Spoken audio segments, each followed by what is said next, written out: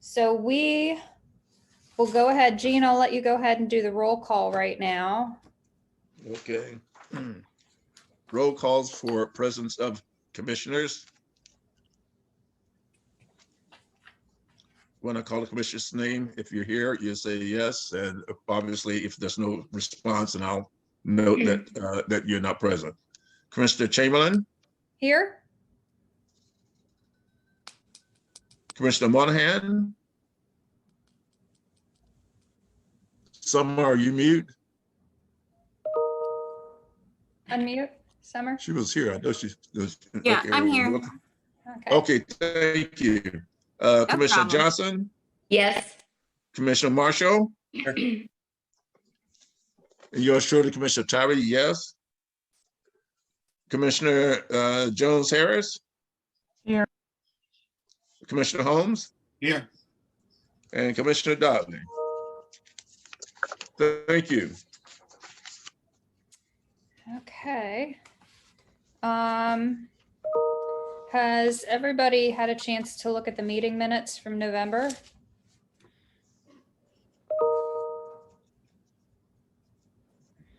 I hope. Okay. If so, I'm not, if commissioners can unmute themselves for the time being, can I have a motion to approve the November 3rd meeting minutes? So move. Second. Okay. Holmes first and Monahan second.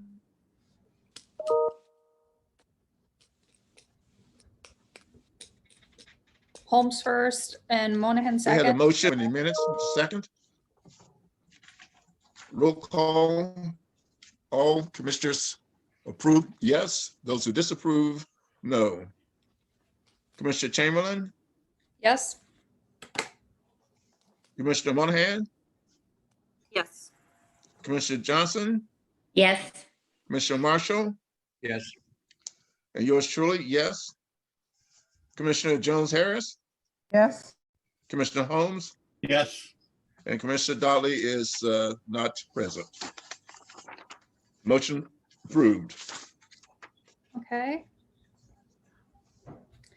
All right, we have one zoning tonight. It looks like Z20-090 with an attachment of CV20-104 at 1572 McNaughten Road. Larry, do you have any input on this? Yeah, basically I sent out a copy of the application plus diagrams indicating that the parcels to the north as well as to the south are already zoned for 12. One is LAR 12, the other one is a LR 12, okay, or AR 12, okay. Which, and I think Jeff, what happens is that they're coming in and they're indicating they want an AR 12 zoning on this, which is compatible with the north-south across the street. It's a different situation. Behind, it looks like there are some green areas before you get to any type of other parcels. Okay. It's an apartment complex, and basically what it amounts to is that it's going to be in keeping with the other ones in proximity.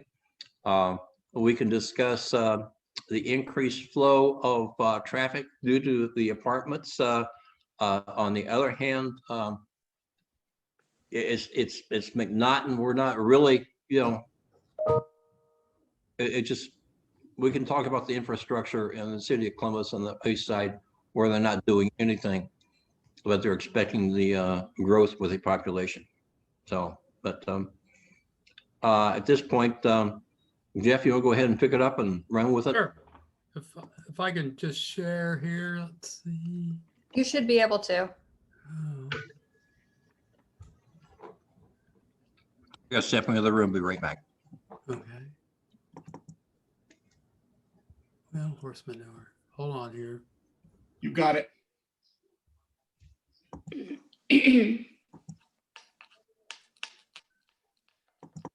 Okay, can everybody see it? Do you see a site plan? For No, building I elevation? I don't see it. We see an email.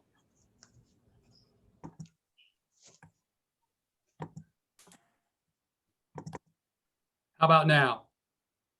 Yes. There you Yes. go. There you go. Phew. This is the most exciting part for me as to whether or not I can actually do this every year. If, let's just look at this property.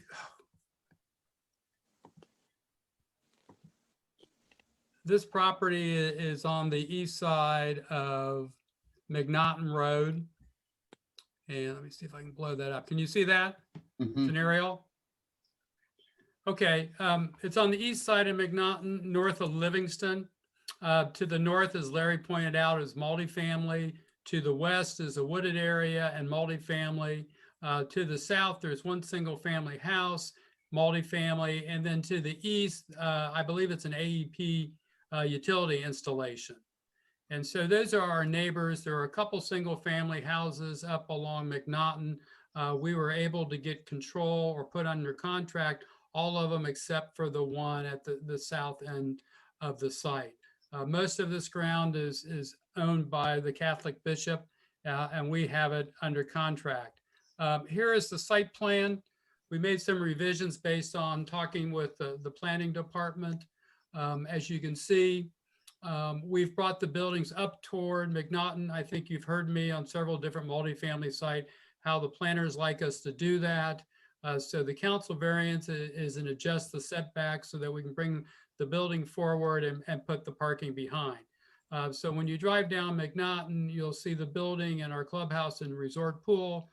You also see that we will have a multi-use path along McNaughton that connects to our internal sidewalk system. The request is actually, Larry, for LARLD, not LAR12. And we've committed to the site plan. As you can see, we've got detention to the south. And then the east, there's some existing trees and everything that we're supplementing to kind of block the AEP facility. That little rectangle that you see on the east side or the right side of the screen is a dog park.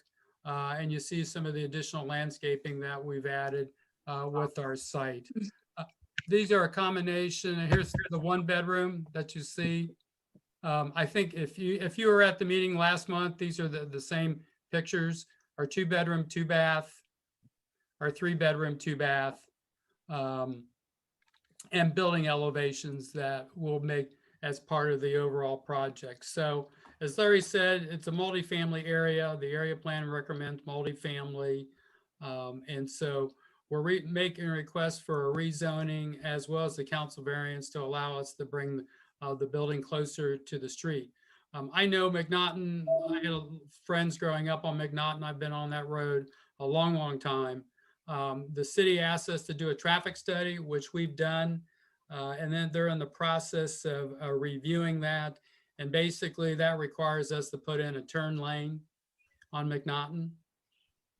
So we're going to handle what our traffic is and what impact that we have in terms of our access onto McNaughton. Jeff, McNaughton at that point is wide enough on the berm to not give any problems on the turn lane, is it? I think let me go back to the site plan. Our engineers looking at that, we may have to go out and acquire some right of way. Obviously, in terms of the property that we would control, we will give the city the designated right of way, but I believe there's one piece that we may have to knock on someone's doors and see if we can do that to have the sufficient room to do the improvement.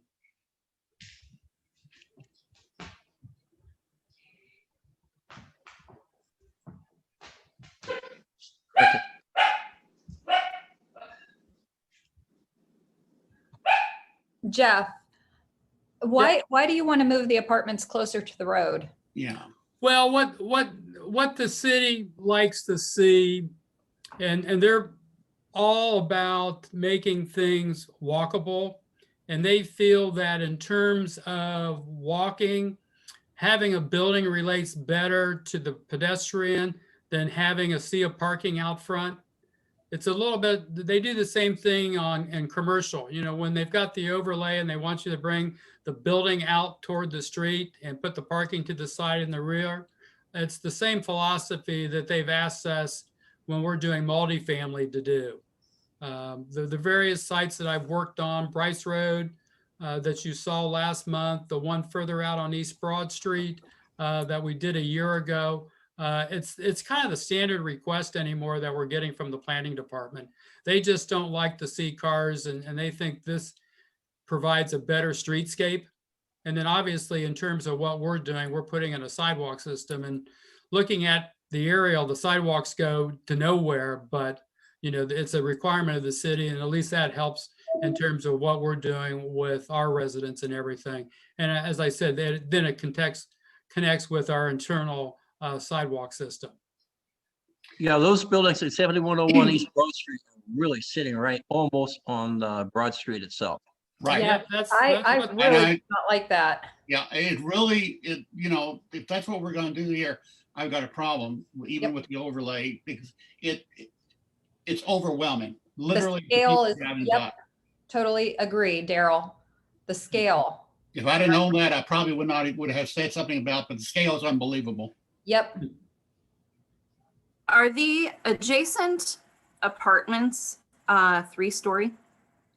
I believe those are all 2 stories. But there's still what LAR 12 and AR 12, correct? The density. Larry, I don't have the zoning map in front of me. I mean, the city, when they looked at the density, what we do with the site is we look at, the storm detention that you have to do. We look at the natural features. There's some woods on this site that you can see in terms of the southwest corner and then along the east property line that we're preserving. And then we just kind of look at, okay, what's left over? And the building that we do, and I think other than you're saying you think it may be too close to the road, I think the building design that we show is good architecture, and the planners have been supportive of our use. And we do that within the 35-foot height district. So we're not asking for a height variance or anything like that. And I can understand, you may think it's too close, as the attorney, I'm sometimes caught between what you guys are looking at and what the city tells me they want us to do. So that's kind of that situation right here. The density is a number, but I think it works on the site. And then from the traffic standpoint, obviously, with us having to do the access study and then the improvements that are called for that, we are addressing that point in terms of our overall plan. Jeff, I have a question. I have 2 questions. Would you consider if you go back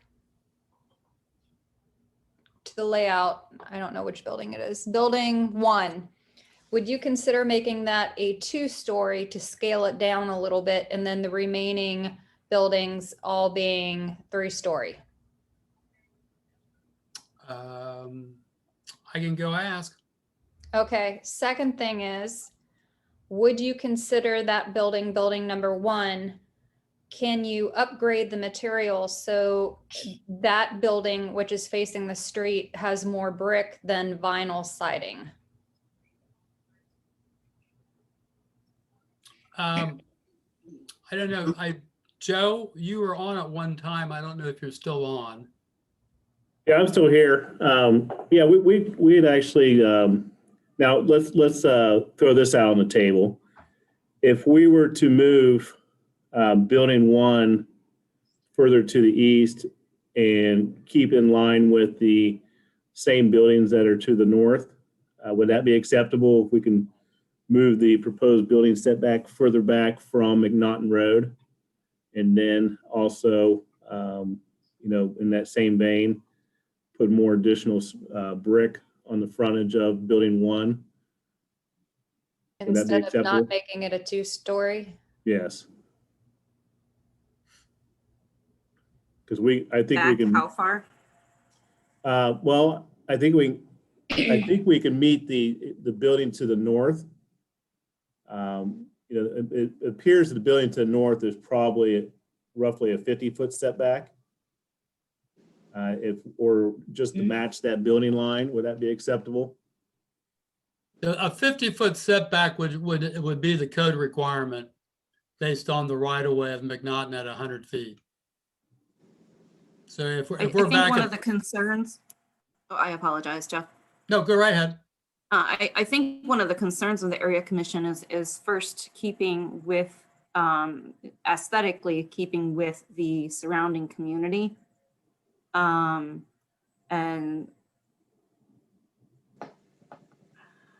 how many units are going to be considered for this? 168. One of the issues that I've got is very simple. I'm driving by this all the time. And I'm really not trying to be mean or ugly, but at this point, what I'm seeing really looks like a second-class project with the materials that's being used. And that scares me because when it's new, what's it going to look like 10 years from now? Whereas if you had brick on the front and more of that, you know, a better type of quality in the front, at least you would be putting your foot forward in a very good way. Yeah, it's just really horrible. Yeah, we'd agree to do that.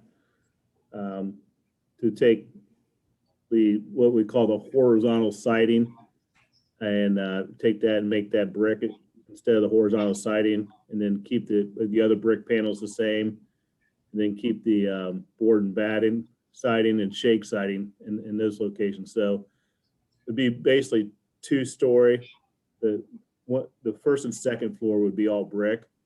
And then there'll be board and batten siding and vertical siding or shake siding on the floors 2 or floor 3 and the gables. Does that make sense? Mm-hmm. And by moving it back, you when you drive by or something, you won't think of that as being right on top of you then.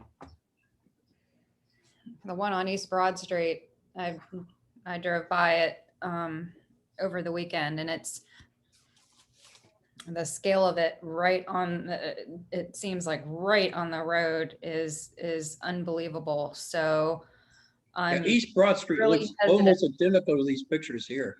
That's right. That's what work. That's why I'm concerned. Because even with the setback, I'm still concerned with the 3-story. It's going to overwhelm. Well, I think when you sit and change the building palette and you move it back so that it's in line, then everything kind of lines up when you drive by. I would agree with you when you bring something forward, it's going to catch your eyes more. But if we go back, as Joe is suggesting, and put it in line with the building to the north, then what you're going to have is a green and landscaping out front, and then you'll have the building set back and it will be in a line. So I don't think that it's going to catch your eyes as much with those changes. But it's I the only disagree. 3-story. It's the only 3-story on the street, correct? Well, Yes. it's that is a reflection of when these units were built. You know, back in the day when these units were all built, people just basically built 2-story buildings. And the fact is, with all the discussions with the city of sprawl and everything, the builders have gotten more efficient. They have found in terms of their marketing and everything that, you know, people will walk up the stairs and the 3-story becomes a possibility. And so that's just really, when you're looking at the need for housing and everything, this turns into an efficient use of the property. And again, I mean, we're basically in a multifamily neighborhood.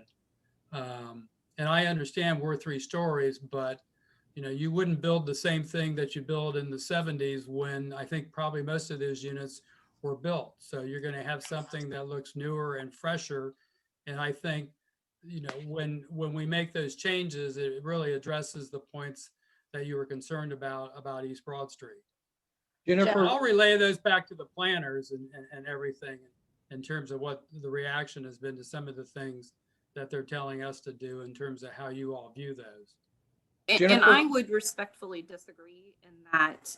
Right, Jennifer, basically, wasn't this one of our objections with the mixed use 3, with the 3-story plus on the multifamily?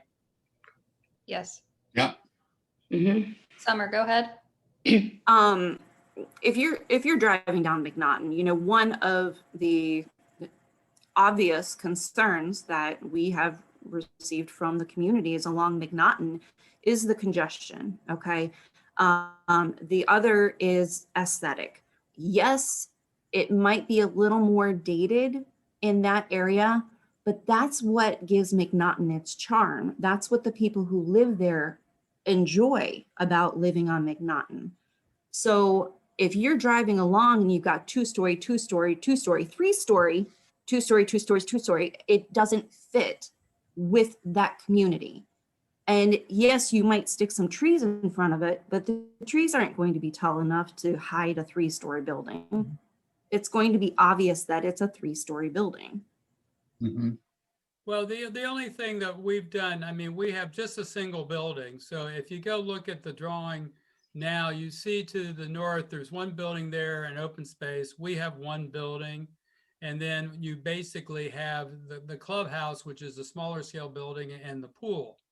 So it's not like you're having 2 buildings right there. You've got a single building that we're now going to set back in line with the other building to the north. Yes, but we have a single building that is still 3 stories tall. So if we take off a story, that would be taking out, what, 8 units? Is that correct? Correct. Okay. Is 8 units, you know, taking the setback and taking that, you know, building number 1 down to 2-story? I think that might be a nice, you know, gesture to the surrounding communities that, hey, we understand that this is what you love about your community. And in order for us to move into your community and to fit and belong, you know, we want to help keep that charm. We're listening to you as community members. I agree. No, I agree. I don't disagree with that. So we'll accept making building 1 a 2-story and moving it back another 25 feet. But, you know, leaving the pool and the clubhouse in the same location. Good. I think that would be great. I'm more than willing to vote for it now with those changes. Me too. Okay. If you're happy, I'm happy. Okay, so it would mean building number 1 would be 2-story. The remaining buildings would be 3-story, moving it back to 50-foot proposed setback, correct? Yes. And then keeping the existing clubhouse and pool in the location it's at. But having brick? Are we gonna have brick? Yeah, the front be brick, would it not? The lower part, are we still going to keep the brick? Yeah. Joe, If it's 2-story, Yeah. are we still going to keep the brick, Joe? Yeah, we'll do brick front. Okay. Okay, Thank you for considering that, very honestly. It's going to make Yes. a big difference. Really appreciate it. Sure. okay. Are there any other questions from commissioners? No, No, Any questions from the community or other viewers? No? No. If not, I'd like to make a motion to accept Z 20-090 and CV 20-104. Chair Chamberlain, may I ask a point of order at this stage? Sure. Okay. The rules, guidelines, laws, I don't know. Do they not state that in order to participate and vote, the individuals have to be in present and on video. So if we do not have a video of a commissioner or commissioners, then they can participate in questions. But Right. as far as the vote's concerned, they cannot vote. I agree. Right. That's, yeah, we have more than quorum though for Frankie. She was having trouble getting onto the screen. Right, okay. That's what you're concerned about. But we do have quorum. We have 5. Chamberlain, Johnson, Holmes, Marshall, Tyree. I'm forgetting one more person, or Yourself? no, I did myself. They're 5. No, I thought there's 6 of us. Moynihan. Yes, Summer. So yeah, so there's No 6 of worries. us. Yeah, okay. There's 6 of us. Sorry, only 5 people, or only now you're on my screen. Okay. So we should be fine with quorum. Okay. Does somebody want to second? I'll make a second to motion? the, I'll make a second. All right, I have a point of order in the motion. Do we not need to also talk about the exceptions that we've agreed upon? Yes. Yes, in the motion, we need to say that we are making a motion to approve. Chair Commissioner Chamberlain made a motion and I second. And the second will be based All right, with the we discussion that cannot- was previously agreed upon, that building number 1 will be 2-story with brick front, setback 50 feet, and keep the clubhouse and the pool in the same location. Is that correct? Correct. Yeah, With brick front. yeah. Right, that's what I said. Building number 1 will be 2 stories with brick front. Yes, Correct. that is the motion. Okay. Okay. right.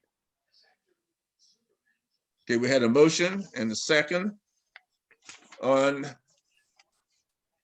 Z 20-090 and CV 20104. Roll call vote. All who approve will be yes. Disapprove will be no. Commissioner Chamberlain, Yes. Commissioner Moynihan. Are you with the Summer? Yes. Uh, Can you hear me? Commissioner Johnson, Yes. Commissioner Marshall, Yes. yours surely, yes. Commissioner Jones Harris. Our Not on formality. video. I can't Okay, vote. Commissioner Holmes, Yes. a motion approved. Thank you Okay. very much. You all have a nice holiday. Thank you. You too. Thank you. Thank you. Jeff, could I ask you a question? One question, please. Sure. The gentleman that that made comments along with you, could I Yeah. have a spelling on Joe's last name? Thomas, Thomas. He's with Metro Development LLC. He's my client. Okay, then I'm just gonna have you and he as presenters. Okay, Okay, Thank you then, thank you much. very much. take care. Thank you. Thank you. Okay. Great job, commissioners. Thank you, thank you. I think we did well. Really quick before we go on to Alicia, it's saying that my battery's running low, even though it looks like it's plugged in. I'm I thought gonna- it was mine. I'm gonna Actually, Jennifer, I Huh? think that might have been his. He was still doing a screen share. Oh, Oh. Yes, good. because I was I checking looked- my I looked battery at my too. battery too. I thought it was my I battery. was getting the same message. I said. Okay. And I said, hey, I'm Badass, it was plugged in. his. That's funny. Okay. Okay. That relieves me because I'm like, what is going wrong? Okay. Oh, good. Okay, good. Good. Okay. All right. Well, then next we will go on with Alicia, who's our speaker for tonight. Yay. If you want to unmute yourself. Hey everyone, how are you all doing? Great. Good, how are you? Good, thanks for having me. My name is Alicia Baker. I am the Ohio Community Engagement Manager for AuntBertha.com. Basically, what Aunt Bertha does is help people connect to social services through our free website, findhelp.org. And so I was just going to walk you through how you can use this for yourself or for your neighbors to search for resources in this time. So I'm going to go ahead and share my screen here. Just make sure, can you all see it okay? Do you have a good battery? I've got a great battery. I'm fully loaded. All right. So I'm going to go ahead and drop this in the chat just for you all. So I know some of you might be kinesthetic learners and like to look as you learn. So again, we're here at findhelp.org. This website is completely free for anybody to use.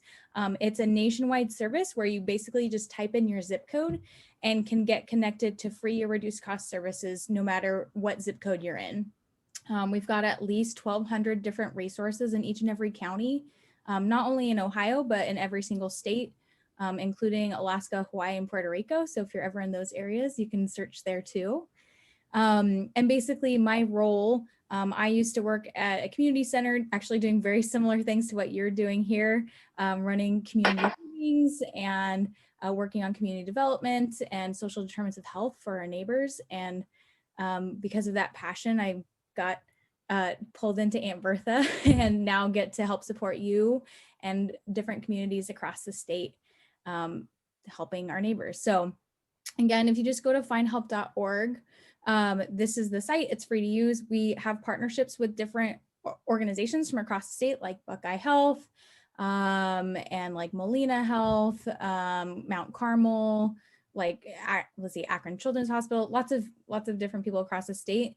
They've bought basically like a paid version of this site that they can integrate with their electronic health records to really help their patients or their members. So because of their investment in our communities, we're able to provide this site for free for anybody to use, which is really cool. So you'll notice here, you don't have to have an account to search. You can create one by just logging in or signing up in the upper right-hand corner. So I'm going to do that just so I can show you some of the cool features that come when you create a free account. But if you just want to browse anonymously, you can also do that too. We want that to be an option for folks. So I'm going to hop over here because I'm already logged in. You'll notice in the bottom left-hand corner, the site is also translatable into over 100 different languages. Wow. So if you are working maybe with a neighbor that is more comfortable searching in Spanish, you can go ahead and translate the site into Spanish. Everything will be translated into Spanish for you, or Burmese or whatever language folks are more comfortable searching in. So pretty cool. And then to get started, all you have to do is type in your zip code here. And then once you type in your zip, you'll see this landing page. There's over 2,000 programs that serve folks just in this zip code in 43232. And there's two ways that you can browse for services. You can kind of browse using these categories at the top of the page. If you don't really know what you're looking for, you can just kind of search through there.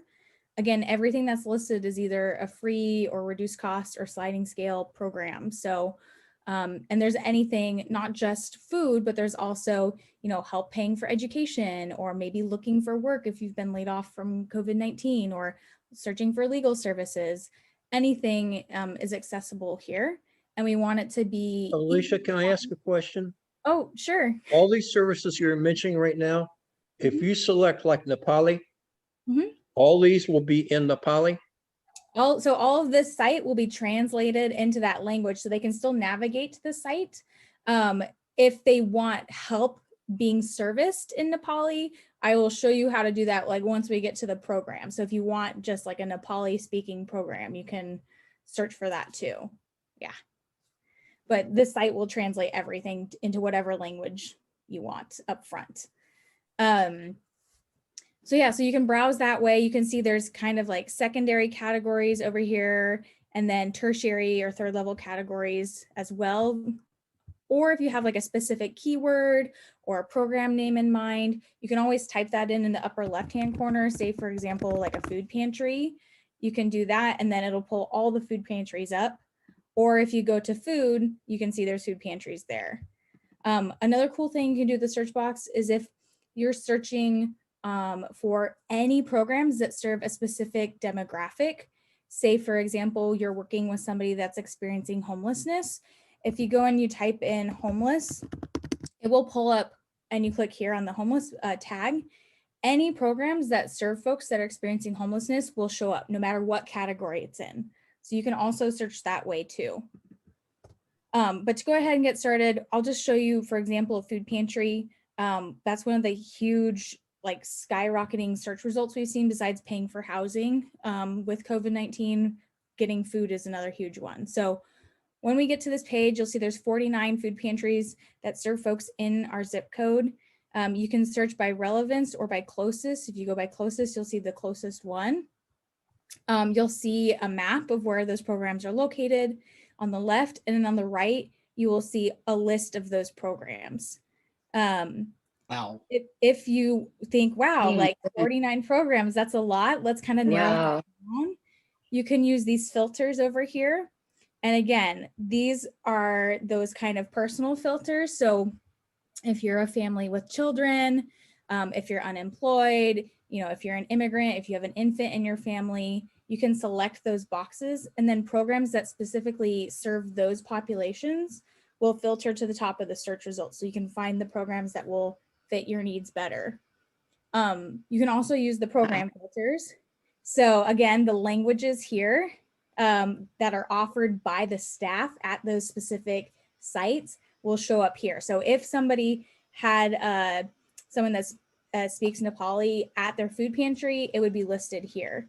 You also can select only free programs that show up instead of just reduced cost programs. You can just see free if you've got like a limited income, or maybe open now because it's after 9 to 5 business hours. You want to just look for something now, or if you want to visit in person, but maybe you don't have access to a vehicle, something that's within 5 miles, so you could walk or bike there. So again, you can filter the programs that way too. The last filter we have is this income eligibility filter. This is if people want to apply for, state programs or government programs like SNAP or WIC or TANF. You can go ahead here and see if you're eligible to apply for those programs. So lots of filters. But let me just pop in here and show you how you can connect to these resources. So you'll see here, this is what I would call a program card. The name of the program is first, and then the organization that offers it is right below. There's some brief information about the program, the main services provided, who they serve, and then on the right-hand side, there's next steps about how you could go about getting in contact with them. So you see how far away they are, their address, you can click on that and it'll pull up Google Maps. You can see they're closed today, but they're open tomorrow evening, so we could go there tomorrow if we wanted. And if we wanted more information about the program, all we have to do is click more info here below. And when we do that, it'll bring up a larger amount of information about the program. We can see their website, their Facebook. Again, we can see where they are on the map. And if we wanted to print off a hard copy of this program info, we can do that by clicking print view. And it'll bring up a whole printed off sheet that you can take with you to go to whatever service you need. Do the agencies you got listed, do they know you're doing this? I mean, Yeah. are they aware, like the church and the food pantry, are they aware they may get contact through you for them? Yeah, so the way we've set it up now is that if people want to actively participate in the network, they can do that. But otherwise, the next steps we generally give people is their phone number, which is publicly available information. So whatever way they want to be contacted, and that's the data that we've pulled. So one thing I didn't mention, this is all kept up to date by our staff. About a third, somewhere between like a third and a half of Aunt Bertha's staff is just our data team. And all they're doing all the time is researching programs, adding new programs, reaching out to programs to see if the information is still up to date, because our goal and our mission is helping connect all people with the programs that will serve them with dignity and ease. And that ease, obviously, is that ease of access to the programs, but also that dignity is making sure that information is correct, that people don't have to jump through 8 different hoops to get access to resources, that they can just go and get connected to help that they deserve. We have an internal guideline that at least the longest time that should pass between something being reviewed and updated on the program, the longest amount of time that will pass is 6 months. And so that's every 6 months at least, our data team will be reviewing, reaching out to the organization. Sometimes the organizations on here update their programs themselves, which is great as well. And we highly recommend they do that too. We give them a bunch of free tools as well to say, you know, thank you for serving our community. Here's some free tools that can help you in your organization, such as, you know, data or intake, applications, things like that. So lots of info, but yeah. Alicia, a quick question. Do you have anything on there about, I think they're called, Lynn might be able to help me. Are they called learning education centers right now? The, LECs, yeah, yes, LECs. yeah. Do you have any of those on here at all? I'm not sure off the top of my head. We could do a search for them and just, yeah, and see if it's listed. I don't know if it would fall under LEC or if you'd have to type out the whole learning education centers. And some of the centers are have specific names. I mean, all of the LECs have specific names to them. I think that's a great point because there are a lot of them, and we And need more. to know if they are on that list because they're new. Yeah, they are new. And that's, I wasn't sure if it was something that was considered to be put up there yet or not. Yeah, so that's a great point. I just went while you guys were looking and I looked for it just under Learning Education Center. That as a whole is not listed, but like you said, it might be by a specific program name. So what you can do, anybody can do this, can suggest programs added to the website. So if we're missing something, again, we want to make sure that it's listed for everybody to know and have access to easily in one spot. So if you are on this page, anywhere on the website, if you go to the bottom here and click suggest program, then that's where you would get to this page here. You would do a quick search, just really quick to see if it's listed, maybe under a different name. And if not, then you basically put in, so what I did is I searched for it and it said, it looks like we don't have that program. So we would just put in their website, if there is a website, some like a 1-sentence description about the program and then your email address. And then you would click, you know, suggest program. It'll get sent to the Aunt Bertha data team. They'll receive this as a ticket to be like, hey, research this program that's not listed. We need to add it so the community knows about it. They'll go, they'll do the research, they'll reach out and then add it to the site generally within 2 days. So again, anybody can suggest programs, just ones that you know about in your community, or maybe you work for one, or you just know that one exists and it's not listed. Again, you can find that under suggest program down here at the bottom of the page. So if I sent you, I don't know if this would be a pain in the butt, but I've got a list. I think Lynn, did we have 11 on the east side learning education centers? I thought that we had put together with that Google Drive with Ashley. Sure. I was just typing while you were asking. You know what I do? I turn Ashley loose on them.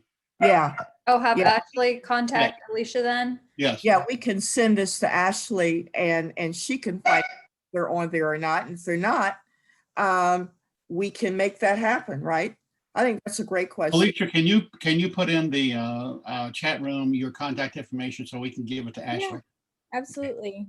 And then can I make a further suggestion then, is that once Ashley gets you all the information of these, and I'm not sure how programs work because I'm not a technical person.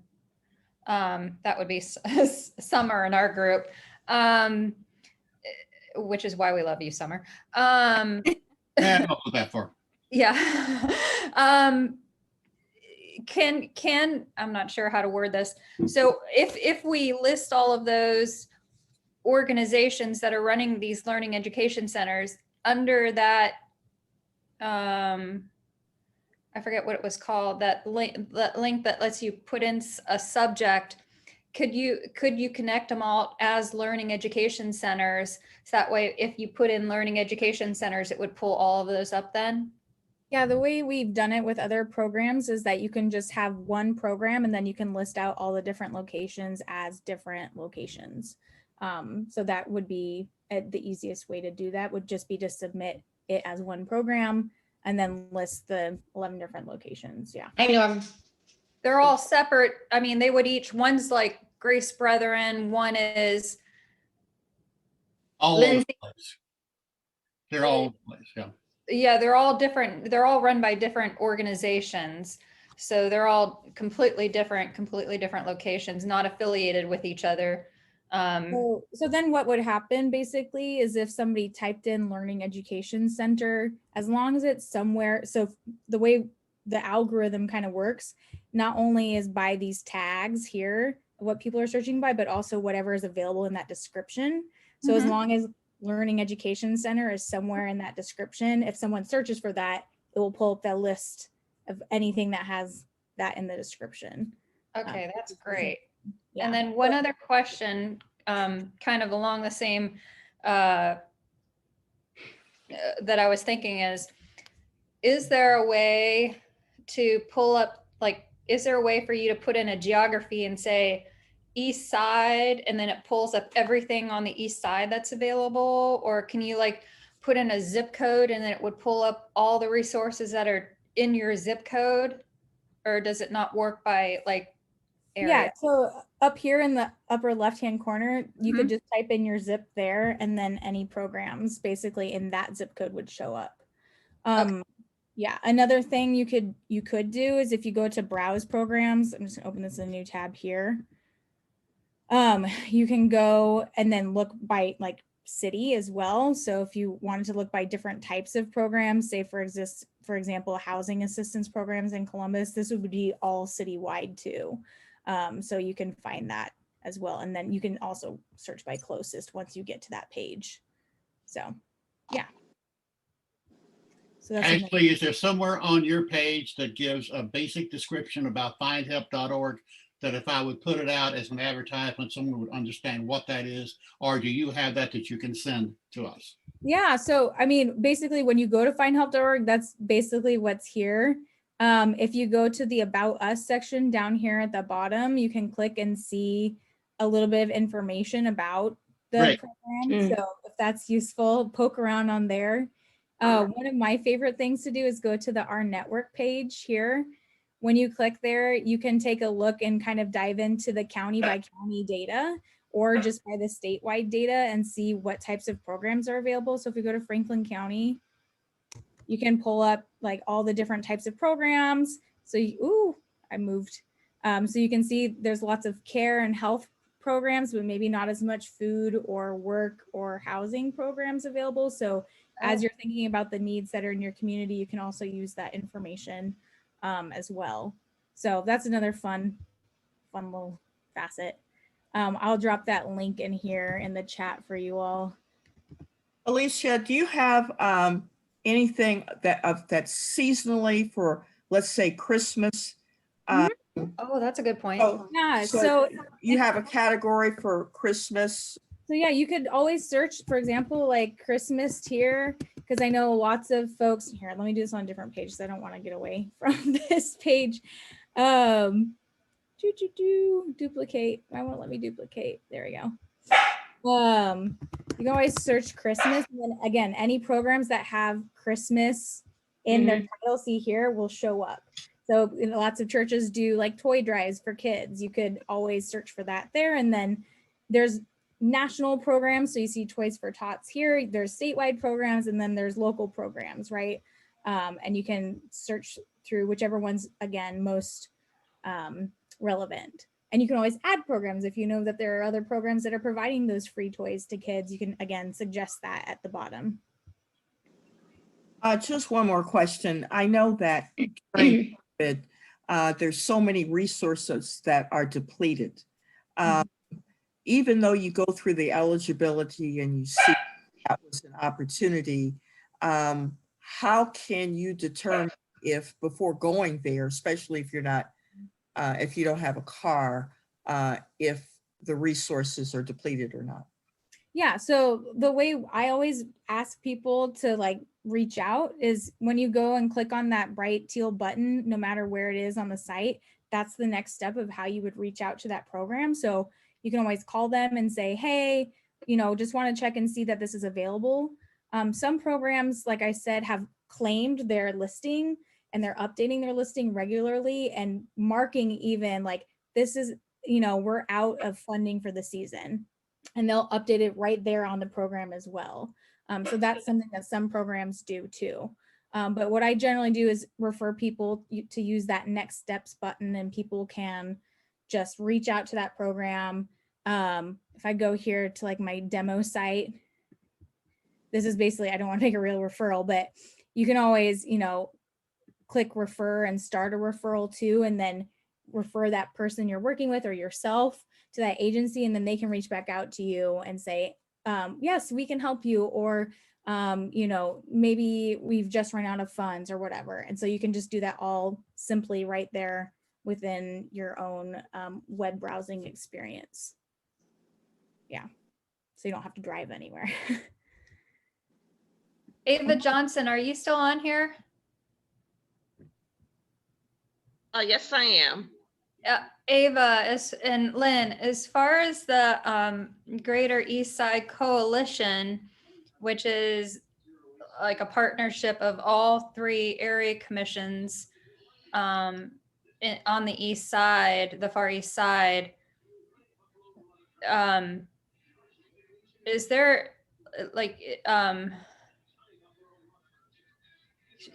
is there at a point maybe where we could be put on this page for something that we do, as even if it's connecting families with commissions or some just your thoughts on that, Lynn and Ava? Or I think it's a great idea. I think you really want to think about, after reviewing the website, what category you want to go into, because you don't want to turn the coalition into a social service agency. So try to figure out the best way, what category we belong in. But I think that's an excellent idea. Yeah. I agree. I think it's an excellent idea to look at and see what you can do with. Yeah, because once you put the information out, then they're going to either want to get in contact with us either via website or a phone call. And because I work full time, I'm not going to be able to answer or filter a lot of calls. So I think we just need to think about it a little bit further. But yeah, and I think, is it Alicia? She might be able to help us identify, where a civic group or a public organization like ours might fit. Yeah, And so Alicia, are there any civic organizations already on there? there are, but like you all have brought up the really great point that this is really focused on those free and reduced cost services. And so it really has to be targeted, that kind of service that's providing the support to the community. The one category I could think of that's a little bit more malleable is like support groups that are listable, but generally those are around like a specific issue, such as families that have a family member with cancer or something like that, or mental health supports, or things like that are support group type listeds. But again, the reason we want to have this as a specific thing is like, when people are searching for those direct and reduced cost resources, that it's all in one spot, because sometimes those are harder to find than maybe, for example, like civic engagement opportunities. Alicia, are the people who are entered on here, like Calvary, Christian Fellowship, First Church of God, are they paying a fee to you? Nope, these are all listed for free. So Okay. again, that's all made possible because of the generous, commitment that different organizations have made across the state to buy the paid versions of the platform that help them help their patients or their community members. But all of this is free to list it, free to search for it. Like I said, if you work for an organization, or maybe you volunteer at your church's food pantry and you want to claim that listing to help keep it up to date for community members to access information easily, that's free to do that too. And then, like I said, we have a bunch of free tools that we give to organizations that are listed as well. So if someone from Calvary wanted to update this food pantry listing, we would give them a lot of information on, their pantry that we've received through the site and how many people are clicking on it and what other things they're searching for, as well as, Wow. info that might be useful. Yeah.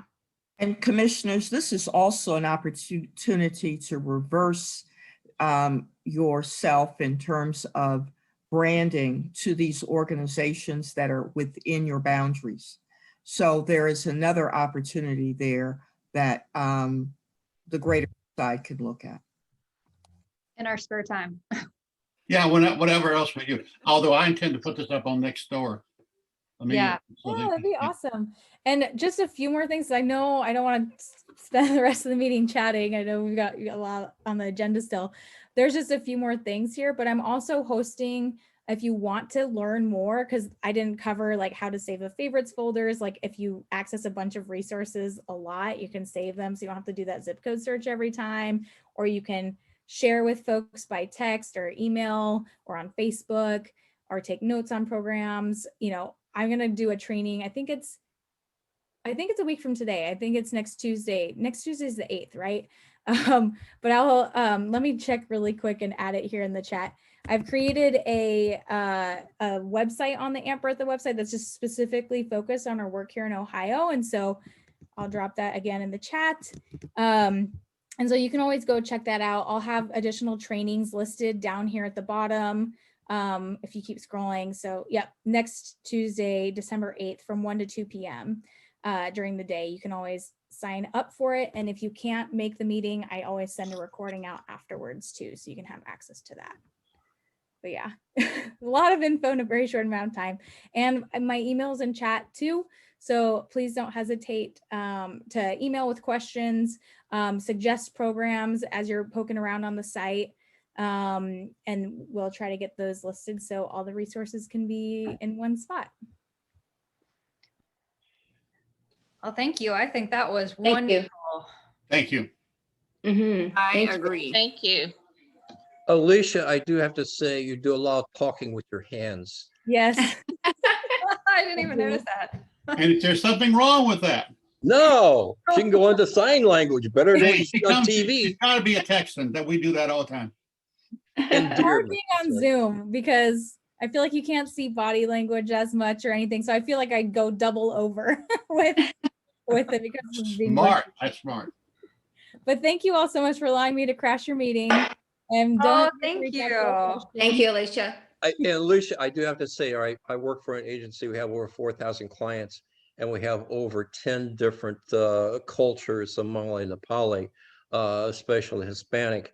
And we're all the time talking to individuals which are in need of services which you have presented tonight. And so I will definitely put this out to our Facebook and to our clients. Yes. Yeah. That will be a good resource for them. Yeah. Please don't hesitate to reach out because I also do trainings specifically for nonprofit orgs or churches or, houses of faith, whoever is serving the community. So if you work for any of those types of orgs, just email me and I can always set up a training to meet with everyone too. So yeah, great. Lisa, Thank you thank you all. very much. Thank you. You did a great job. Thank you. Yes, Yes. And Yes, I've that was already- wonderful. I've already added the website to the list of resources for our community as Oh, well. So we'll yes. get that Oh. information out. I forgot one more thing that might actually be really useful for you because you can't necessarily, some of the services may not be listed. You can actually take a piece of code that I can create and match to the color scheme of your website and embed it into your website. And people can start their zip code search directly on your website and then get taken to that landing page with all the resources. Summer would love that. Yes, I'm all excited. Yeah. I can also do that. I was like, oh, there was something I was going to tell you about the search box. So, I have no Yeah, if idea you- what that means, but Don't Just worry make about sure it, it's Jennifer. I on the got it website. covered. You got it. cool. The same thing as Amazon. Don't worry You about it. are a You're the hands-on website person. guru, Summer. You're the website guru. Alicia, I did have one final question. You can't see my face because I'm working, but how are you guys funded? Yeah, that's great. So basically, we're a public benefit corporation, which basically means like a certain amount of our mission and vision has to go back to giving to the community. So that's the way we do it. But we are a for-profit entity. And so we have people that buy paid versions of the site. Like I said, like hospital systems, healthcare plans, community colleges, lots of different systems use it, like AARP, Red Cross, buy it to help integrate with the people that they're serving, so that they can see not only, for example, like the healthcare industry, just their health outcomes, but also all of those social things that are happening, like social determinants of health that impact their health. So if people don't have housing, they're probably not going to be the healthiest person because they don't have a stable, living environment, or if they don't have access to a park nearby, things like that. So Right, okay. so since a lot of people are starting to recognize how people's living and education and all those, social factors factor into their well-being, lots of people are, finding ways to integrate that into their work. And so they buy paid versions of it. But yeah. So what is the for-profit name, Aunt Bertha? Or is Yeah. it- okay. So Aunt Bertha is the name of the organization, and finehelp.org is like our public benefit arm. Yeah.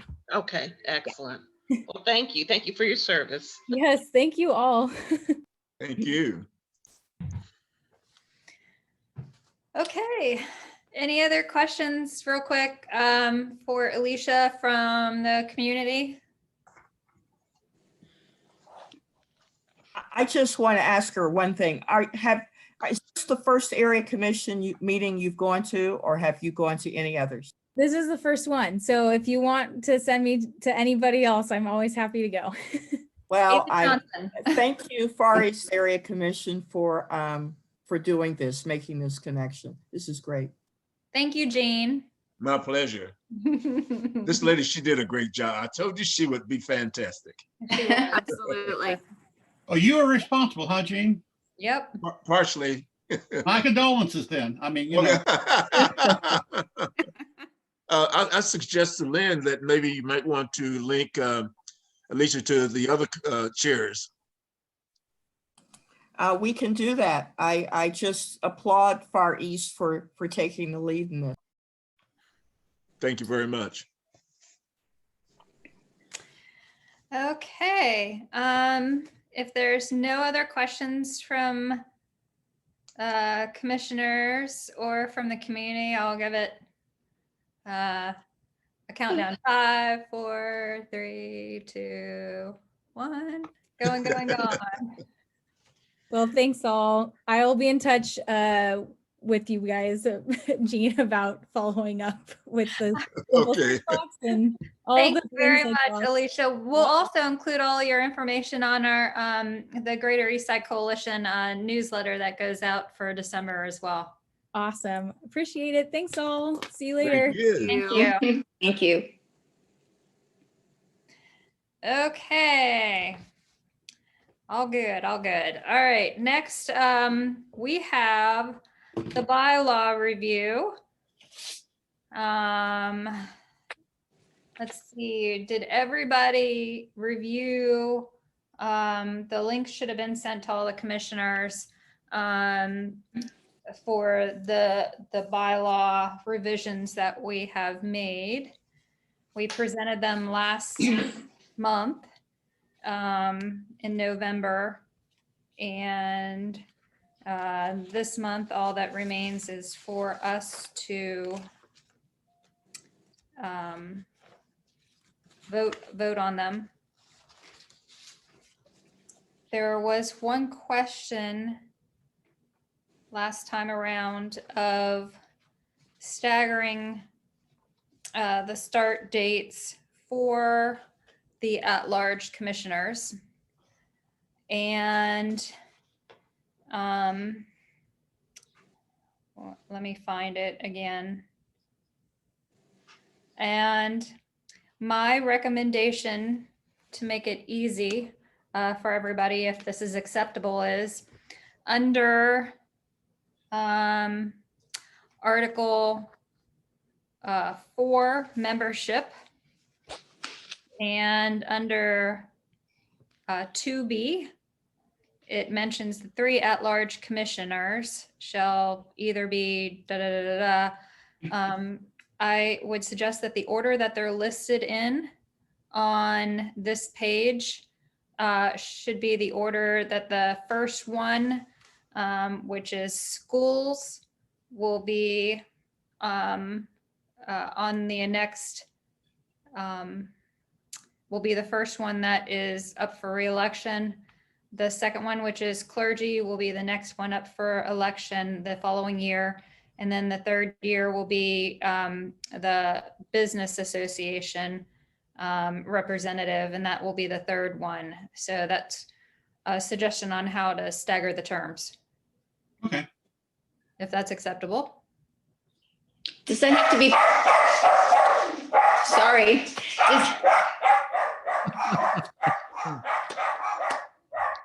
Sounds like you got a disgruntled resident of animals. Oh, sorry. What was I gonna say? Oh, Bylaws staggering. does it have to be listed in the bylaws for those? No, What it you doesn't just have said. to be, it doesn't have to be listed in the bylaws because we don't have, actually, all the other start and end terms, for commissioners aren't listed in the bylaws, but it was brought up at the last, meeting of how to stagger them. And that was just my suggestion on how to stagger them, and agree to that before we vote on it. So that way we're all in agreement on everything. That's just an implementation instrument and doesn't have to, if we put it in there, then it's gonna be there forever unless we take it out. So it doesn't Right. belong there.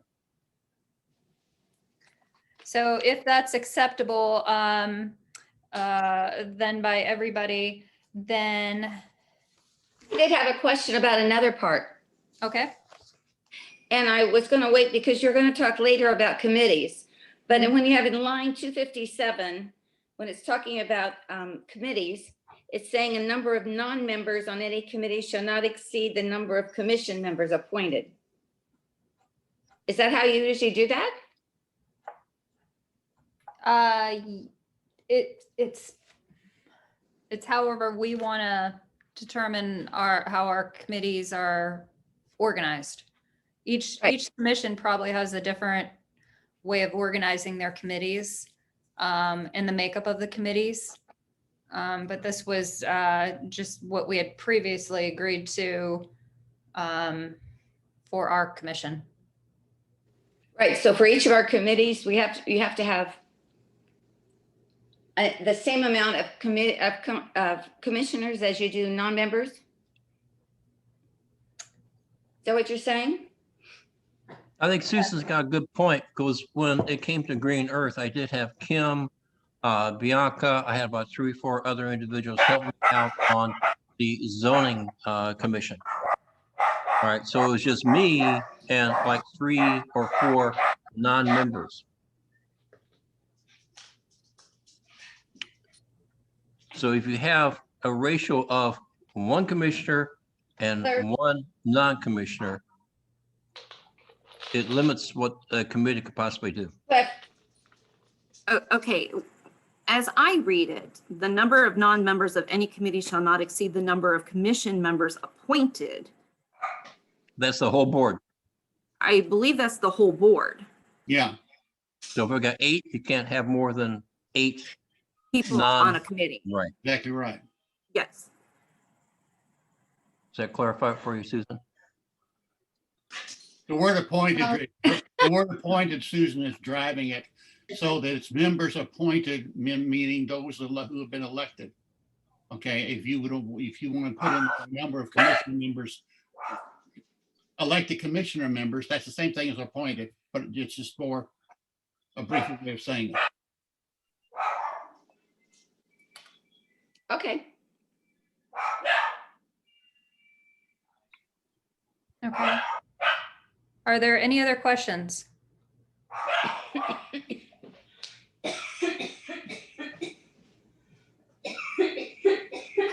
Is that the dog she's choking? I hope not. Are you okay? Is a dog okay? I closed another door. All right. Susan, do you have any more questions? No, Okay, do any of the other commissioners have any questions? Okay. With that, then I would make a motion to approve the revised bylaws from the bylaw committee that was presented at our November meeting. Second. Oh, okay, Daryl, you second? Mm-hmm. Okay, So wait a minute. Bylaw, okay. So Chamberlain first. Who was second? Holmes, Or Daryl, me. Holmes second.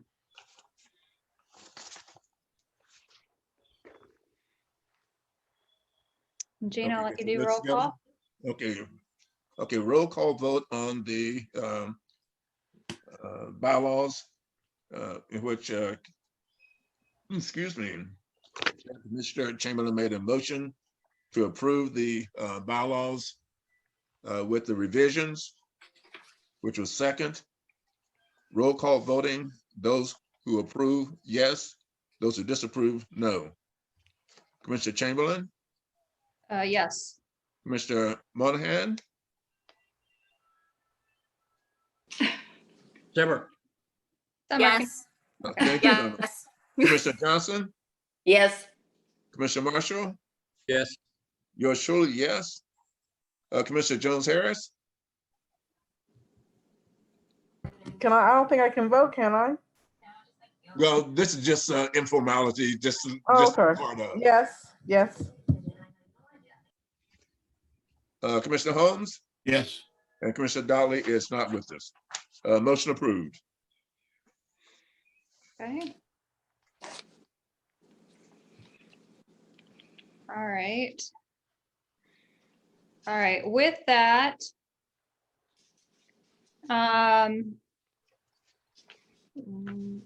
real quick, and this goes to Susan, so pay attention. yes, thank you. So, Election, so for our upcoming election, the seats that are available, and I put on our webpage and announced it at the previous meeting to, if anybody was interested in running for a commission seat, to please fill out the form on our webpage and submit it. And we did, Monica's here tonight, so we did receive that. And so Monica is interested in running for education, but that's unopposed right now. So there are all the seats that are up for re-election, they're running unopposed, if that's the right word that I'm using. And in that case, David Huey said that we, if a seat is running unopposed, then we do not need to have an election.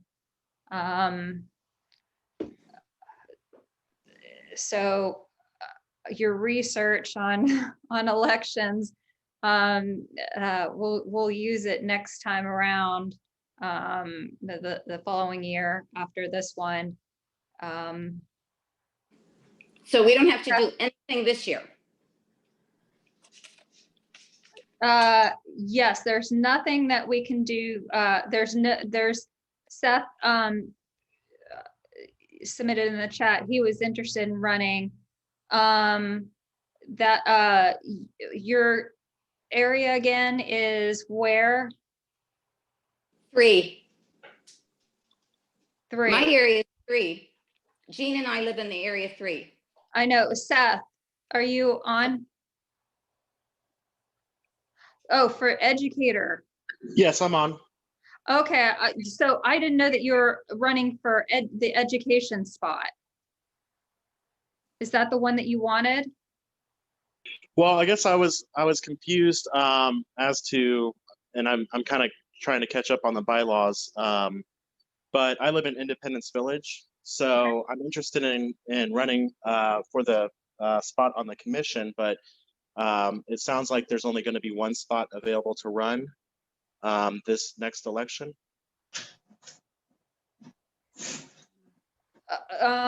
The ones that the at-large education spot is open.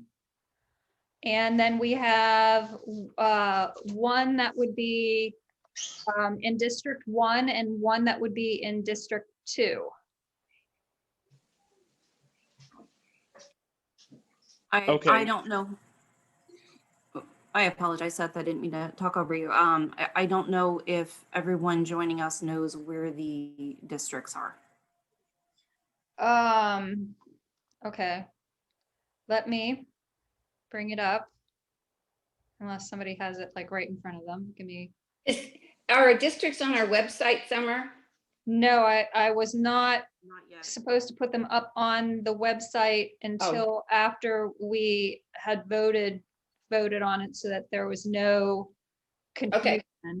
Well, so what district is Independence Village in? 4. Okay, so, Okay.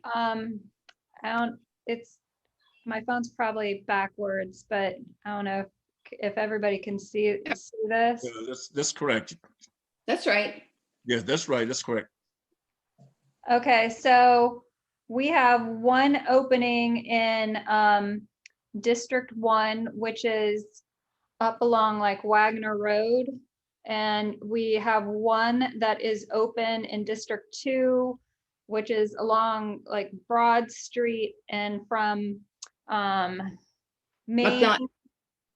Yeah, it would run along McNaughten, all of like Old Orchard is in there. And then District 3 is full and District 4 is full. And so the only at-large spot right now that's open is for an educator. Okay, yeah, I'd be interested in that. What is the requirements for the educator spot? The requirements are vague. So have you worked in the school system? So I helped co-chair the last bond levy for Groveport Madison schools. And then I also ran for school board last election. And I'm planning on running for school board this election as well. Okay, so you haven't worked in the school system?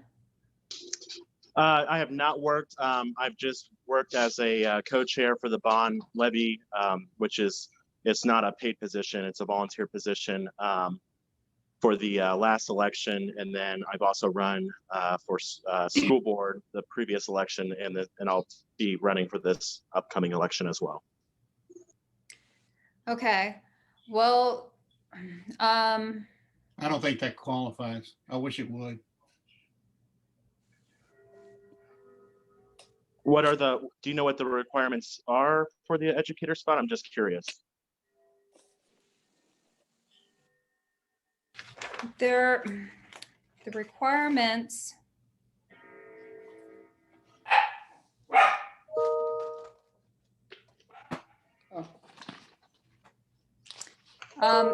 The requirement is an official from the Far East City Schools.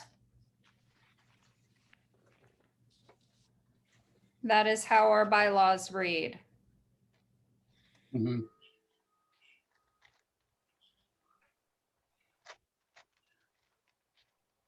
So I'm not an official, but I mean, I've worked with the school district.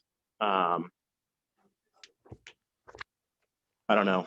I guess that's where my interest lies. Now, when you mentioned about the school district, are you talking about the Columbus City Schools? Or are you talking about Groveport? Far East area. Yes, the Far East area. South Madison.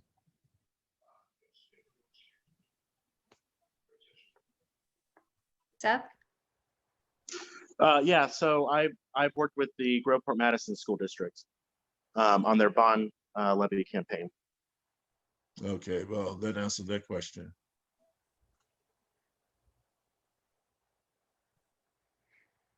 This Groveport Medicine.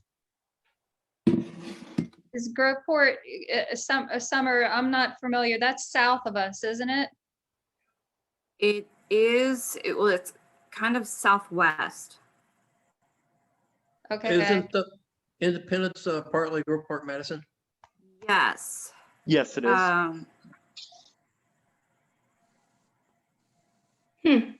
What Deepwoods, the park on Deepwoods, wasn't that Groveport Madison? All of Independence is Groveport Madison. Okay. Okay. And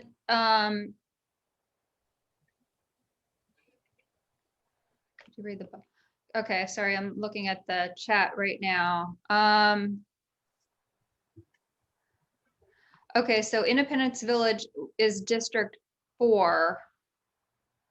And the at-large position, the only thing that we have in the bylaws in regards to the at-large position is, and it's under Article 4 membership 2B. And it says, individuals nominated by the commission may be from, but not limited to, the following. And it's official from Far East City Schools.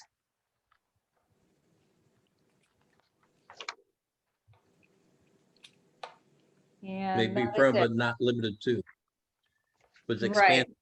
expands it beyond Far East, but of course, he's Groveport Madison. Which serves Far East. So I think that aspect would qualify because it does serve Far East. Do they have to be a current educator? I think that's up to everybody who's voting, I would think. I Well, would when prefer it to be, if I had a preference, I would prefer it to be somebody who has been a teacher or principal or an educator. Susan, you're the closest one that we have in this. Right. And we talked about that. My teaching experience has been in Reynoldsburg. And I was telling Jennifer that when I went to the coalition meetings, there were people there for working in the coalition. They wanted it tied to a lot of kids, high schoolers, and the school system. And I said, I don't have that kind of experience. And people that were there, they knew who to contact. They were familiar with people in different teaching areas, different schools. And that's what I think needs to be the prime area. We want isn't the intent to have an advocate in the educational system to speak for the Far East Area Commission? Ideally, yes, that's what we're looking Right. for. Right. And Monica, you were the other candidate had submitted in on our website who asked to be. I'm sorry. Yes, I was, and I'm so quiet. I have your dog barking, Susan, because I'm getting a delivery. Are you okay now, Monica, to talk? Yes, I'm finally getting my new refrigerator that I've been waiting on all summer, but don't let me sidetrack us. Yes. No, So that's okay. So can you give your, I think it was asked on here, so can you give your qualifications since you I were. don't know if I don't know. I'm not a teacher. I've been a substitute teacher for quite a while, but I also was an HR manager at a local school in the district. The school is on Refugee Road. It's in 43232 zip code. I am a current board member on another school board on the west side of a charter school. I don't know. What am I leaving? I typed up a nice little description of my experience because I'm sure that I'm leaving something out. Okay. But right now I work for a nonprofit. So I work with young people that are 16 to 24. I work with Youth Build Community School also. But I work in workforce development. So I work with a lot of young people. I'm in the school, like, well, before COVID, I'm in the school at least every other Friday. That's the way it used to be. So, but I'm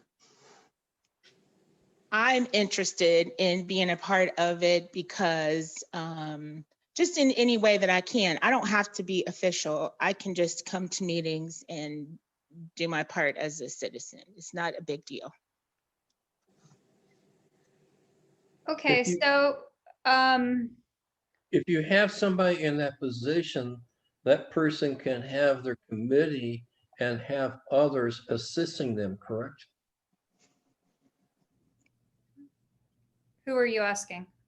Anyway, Chair, you. We don't have an education committee right now. If you have a education commissioner, Mhm. could that commissioner not have committees to help with the contacting and working with the system education programs? Yes, I absolutely can. You know, that sounds reasonable, but the issue here is we're looking for a commissioner to fill a seat. Right. So I think the question that was posed was, does Monica, or has she had experience in being a substitute teacher in Far East schools? Would be a yes, Mm-hmm. because that would in fact be an educator. Right.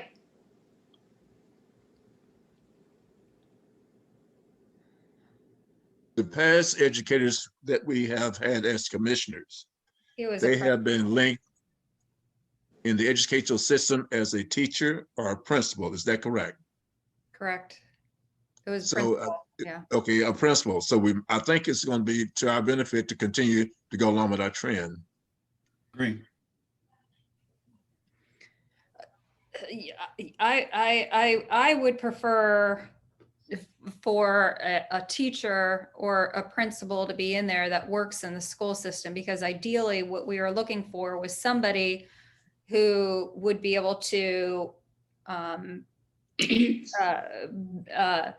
in a sense, like Martha right now, Martha McFadden, is that her last name, Lynn?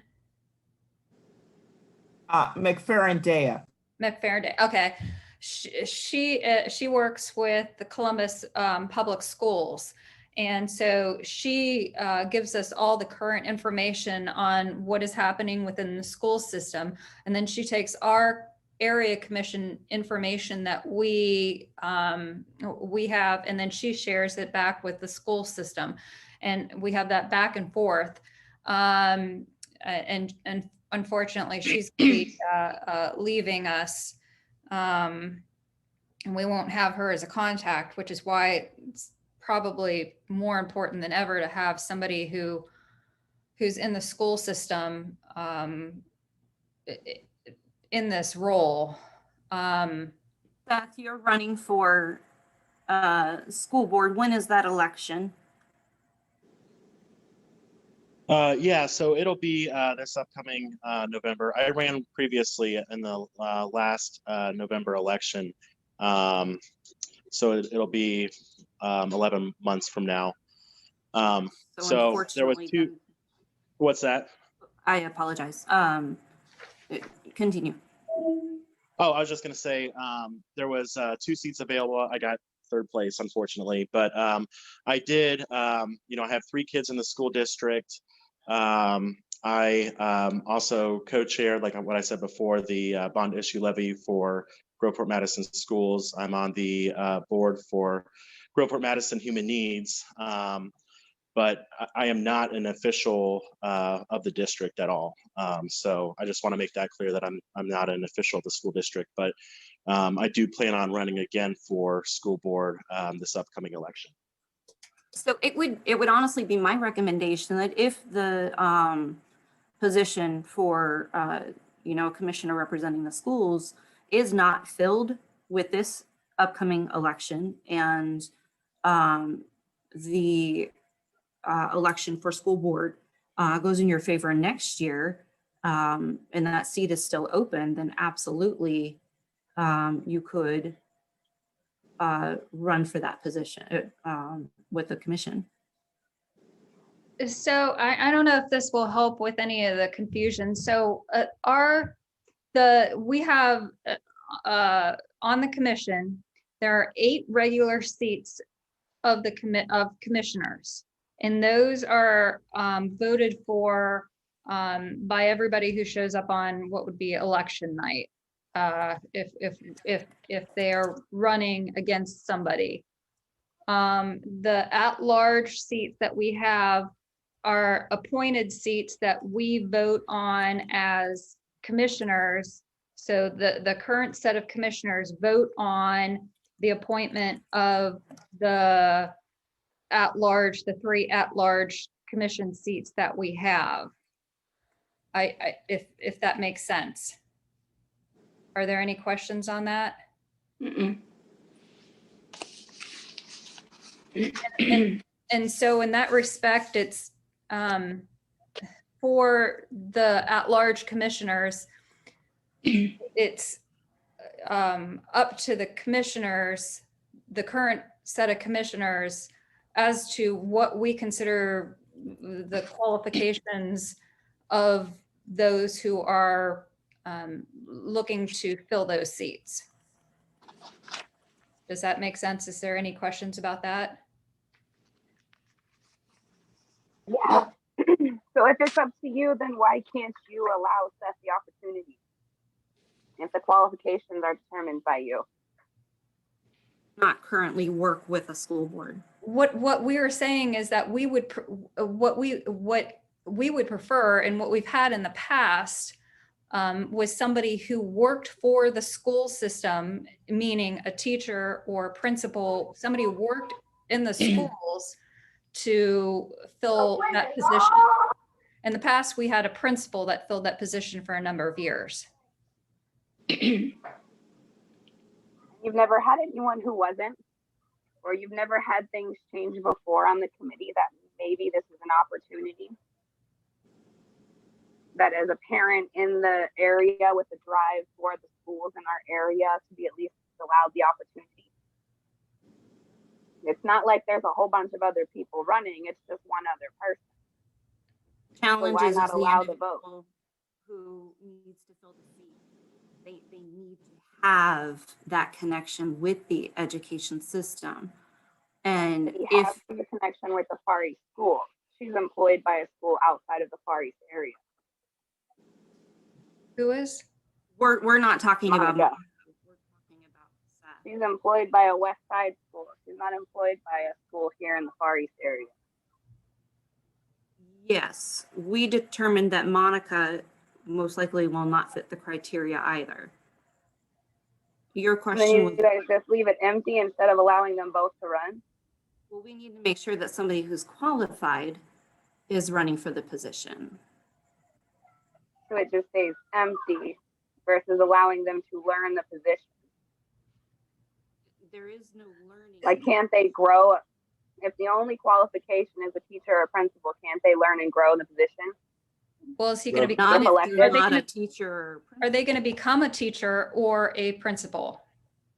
But I mean, being a teacher or a principal doesn't instantly make you know all the qualifications for this position. You No. learn this position as you become elected. The intent is So to couldn't have they learn someone the who position? already had, the intent is for someone who already has contact within the system and is recognized so they can advocate for us. I think that's the intent of what's going on here. Oh, Right. okay. I can appreciate that answer. Defined within the system.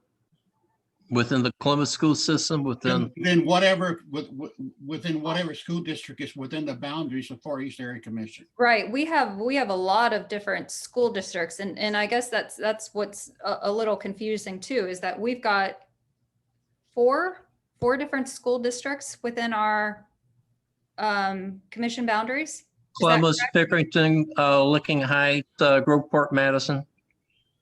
correct? So it's 4. Mm-hmm. I'm sorry, my name is Alex. This is the first time I've attended a meeting like this, and I was just kind of listening in and kind of hearing everyone talk. To me, I guess, I'm kind of with Addie, who, we've got this position open and we've got a person who doesn't technically fit that criteria, but you said yourself that criteria is kind of vague. It says not limited to a person that is, directly working in that school system. And sure, he's not a teacher, principal, what have you. However, it does sound like he has other connections. He has children in the school. He's worked closely on issues important to the school. So he does have some knowledge and communication, at least in the Groveport Madison district. I guess, my thought is, he has some relationships there, and I think that he could still be a valuable advocate to, not only that district, but other districts in our area, without being an educator per se.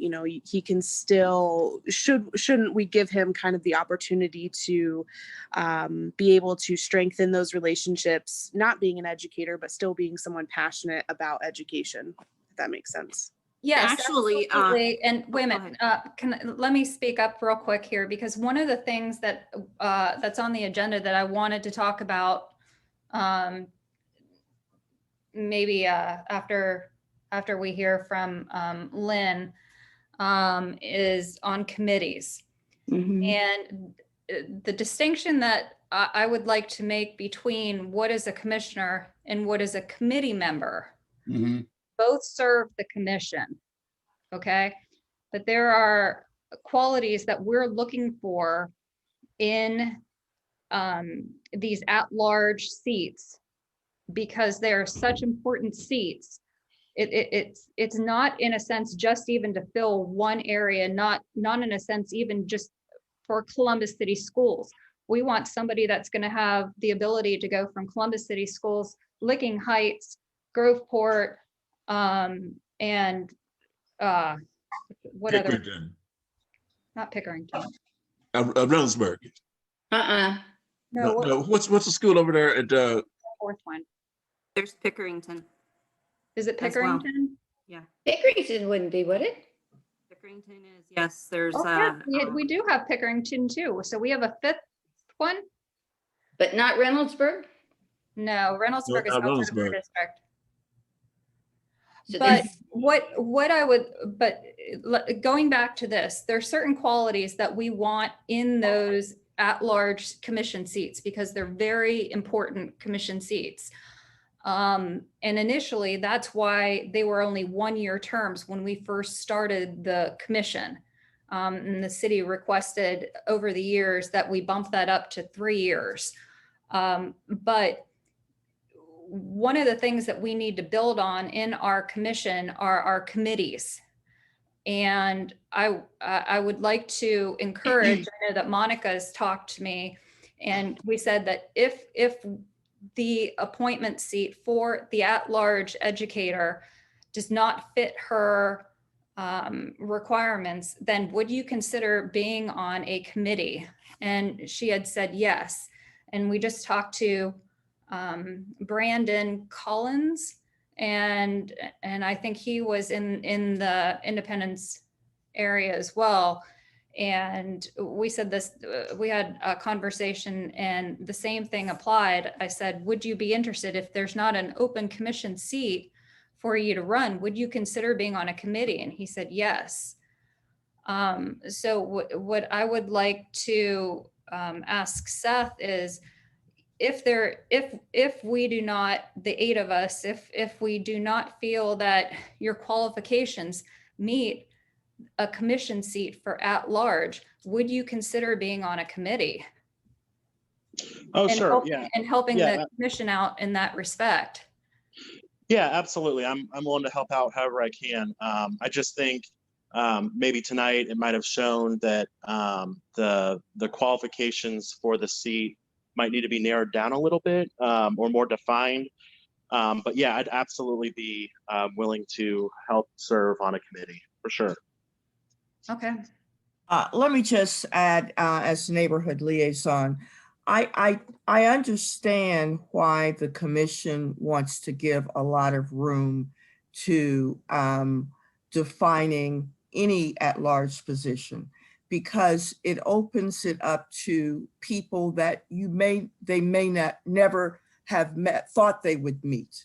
So I understand when you're talking about a community, you're talking about giving an opportunity for a lot of breadth of opportunity and creativity. So I think it's good to kind of leave it open to some extent. And that's all I need to say. I'll just shut up right now.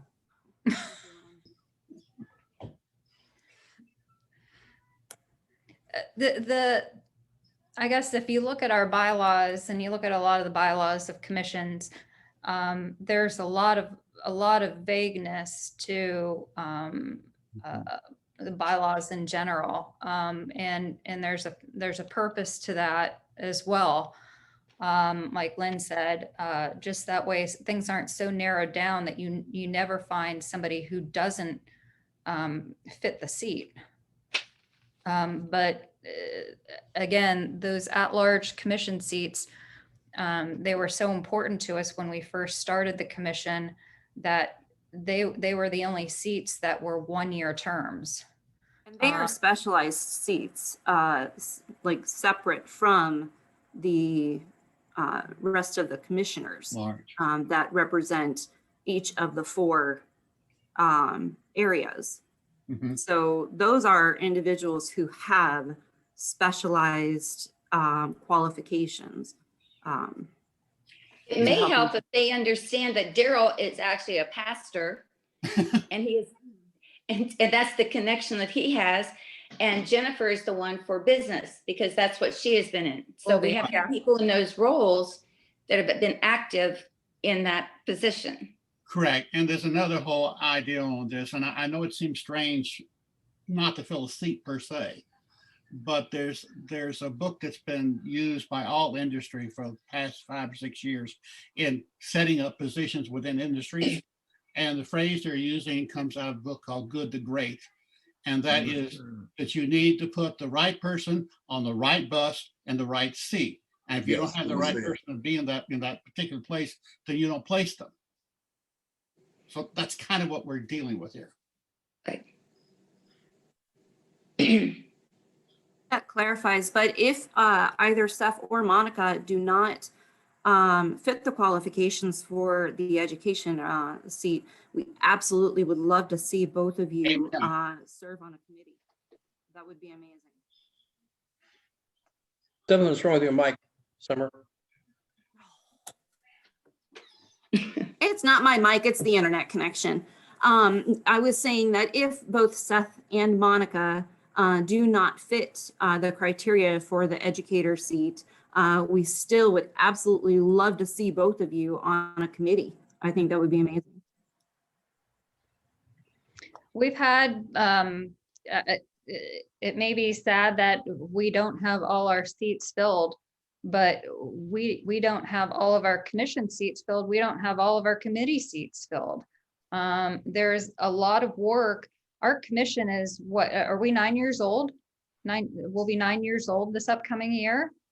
And there is so much work to be done, but just trying to get anybody to want to, I guess, take on a leadership role in their community and go above and beyond to represent their community. it's pretty hard to find people like that. And you could see that by the lack of, you know, how many households do we represent? 60, 70,000 households, and how many people are attend a meeting? It's tough, but if we can get those interested in the community to want to serve on the commission as committee members, we would be grateful, because there's a lot of work that we want to do. Lynn, Jennifer, would either of you like to? Summer, Can't I hear. can't hear you. Never I mind. can't. Okay. Okay, about it. Can you call in?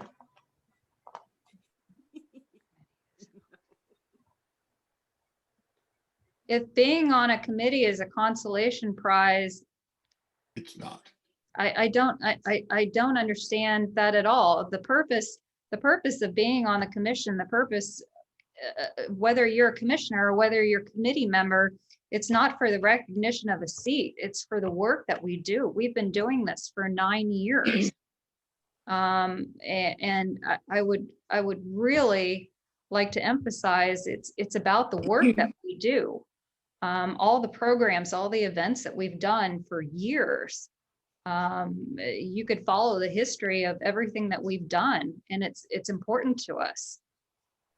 Very important. Being on a committee is not a consolation prize. It's as important as a team. And it's work. Can you hear me? Yes. Can everybody hear me? Okay. It's a lot of work, and it's a very big commitment. Actually, yes, the community did know about the area commission that has been sent out through the city of Columbus, in addition to the community pages, and in both written and electronic form.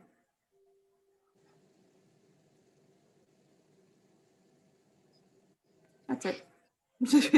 I don't know if my sound's working or not. It's working.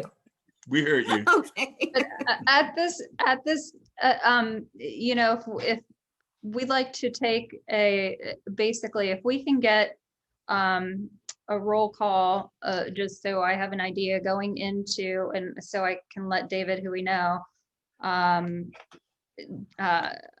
we get a quick consensus by the commissioners right now? Do the commissioners feel, and Jean, maybe you could do a roll call real quick for us. Do you feel that either Seth or Monica fit the criteria for an at-large commissioner? Because that will determine whether or not that we need to have an election in January. Can I ask one question? Sure. The term is 1 year? No, the term is 3 years now. The city of Columbus has, the bylaws that we just approved made it 3 years. Last year, the city had said it was 2 years, and when they passed 3109, they made it 3 years. So even though previously our bylaws said it was 2 years, the city's city code that they just passed 3109 out trumped us. So it would have been 3 years, and our bylaws were just catching that up. Mm-hmm. But according to the bylaws, that the first one that would be changed is the one from city schools, because you were going to put them on different years. Yes. And so that would be after 1 year. That would be after 1 year. Yes, correct. So how that works is when you first start the commission, you have to have a staggered start terms. Right. So how it would work is that first commissioner would be for the at-large would be a 1 year term once we enacted the current bylaws, and then the second one would be 2 years, and that's the third commission seat would retire after 3 years, and those are renewable for every 3 years then on out. So Right. at this point, this would be basically for a 1 year. 1 year. In the Right. future, it would be 3 years. In the future, it would be 3 years. Right. Right now, immediate is 1 year. For that first, for whoever would serve, Starting in January. so the first one is for the schools. That would be a 1-year term.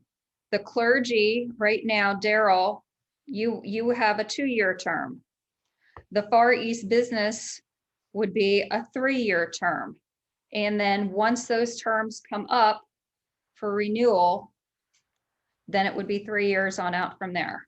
That So- allows it to be So staggered. whoever will be put in that position would have like a 1-year probation to see how that works or whatever else.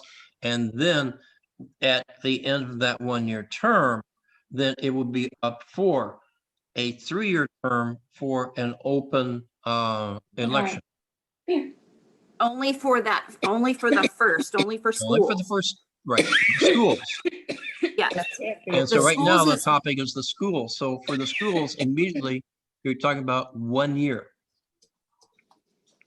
And then at the end of the 1 year, it's going to be a 3-year term after that.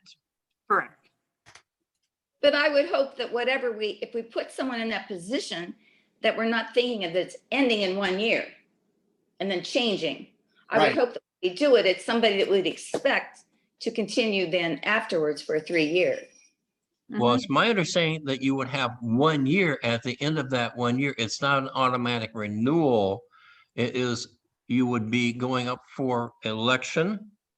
or Right. appointment. And at that point, whoever else might want to apply for that position would have the opportunity to apply. Right, but it's, the first year shouldn't be a trial to see how they do. It's not a trial. Right, It's not a trial, but basically what it amounts to is that there's going to be 1 year. right, and Don't then focus at- on that 1 year, though. Don't focus I'm on not. that number. right.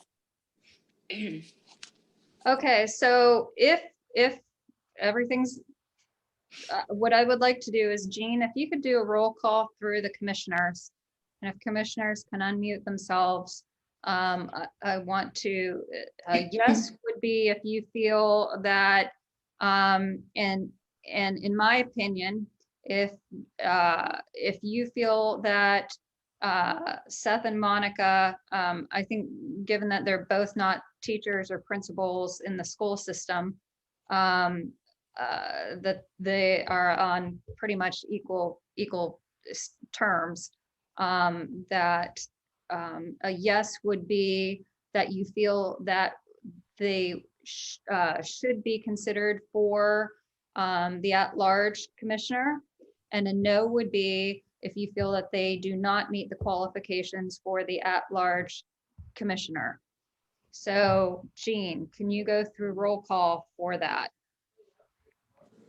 Let me get this down. Okay. Okay, first, since Monica, we were talking to her a few months back, we'll let her go first, then it'll be No, no, Seth. no. What I'm saying is, I think both Seth and Monica, they're on equal terms that Oh, both. equal. Yes, Okay. that both of them aren't educators in the school system right now, which is what we're looking for. So, a yes would be if we would want to consider them, one of the two of them, or, them running against each other for the spot. And no would be is if we feel that they do not meet the qualifications for at-large commissioner. Okay, then, okay, that clears it up. And then the January meeting would be where the decision would be made. Right. So, Can I ask a question? This is Frankie, real quick. So are we saying, oh, I'm sorry. Can you hear me? Okay. Are you saying then that if we vote no, then we would go without having anyone? Am I understanding that correctly? Correct. Unless somebody applies. Unless someone else comes forward between now and elections and wants to apply for that seat. And is elections January or November? January. So in the next, The elections aren't in January. Elections are- August, September. That's according to the bylaws, but that we Right. just passed, but we can't go backwards. We can't go backwards to November or October. Lynn, did you say all the commissions are moving to October elections? September election. September elections, I'm sorry, September. But the current bylaws, we need to have the election in January because September is already come and gone. Well, I just figured since January is 2021, so is September's 2021. I don't So understand. if we have no one in January, if we do not vote for anyone in January, we have no one until September or September. or October, I'm sorry, or no, September. September. Okay.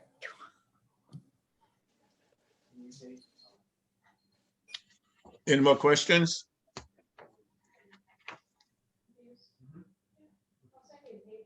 Okay, roll call vote. We're looking for a yes or no. Commissioner Chamberlain, No. Commissioner Monahan? Okay, I see you shook your head as a no. Commissioner Johnson, No. Commissioner Marshall? Yes. What was that? You say yes? Yes. And yours truly, Commissioner Tyree, no. Commissioner Jones Harris, you won't be able to vote, but you can just go for informality. Okay, informality, yes. Commissioner Holmes? No. And Commissioner Dotley is not with us. And the unanimous vote is no. Not unanimous. Not unanimous. I mean, wait, oh, I'm sorry. 1, 2, 3, 4, 5. 1, 2. Majority votes no. I got 5 no and 2 yes.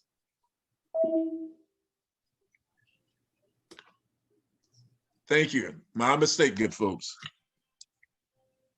But again, please, we would love to see you guys on a committee. Absolutely.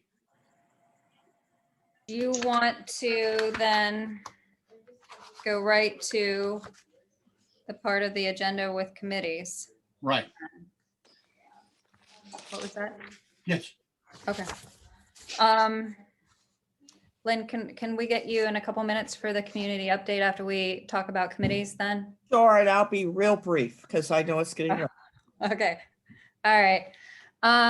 Okay, so we need to figure out, we do have a couple committees, 4 of them right now. We need to make sure that we have, we should have commissioners on every single one, but we need to see if there are, the bylaw committee will no longer, that will be retired now that the bylaws have, that we voted on the bylaws.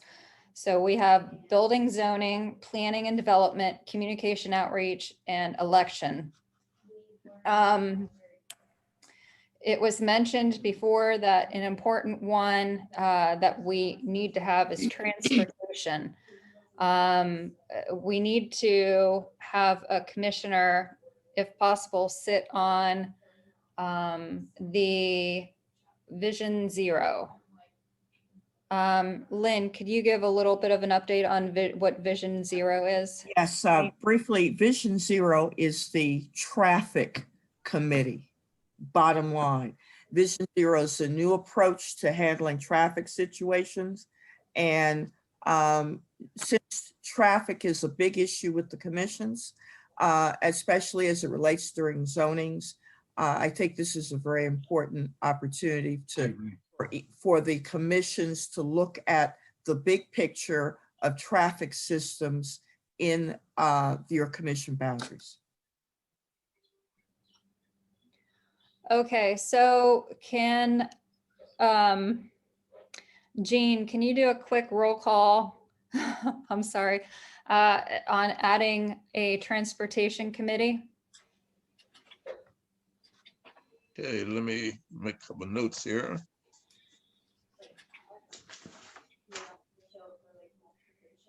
Okay. Roll call voting on Transportation Committee. Yes is approval. No is disapproval.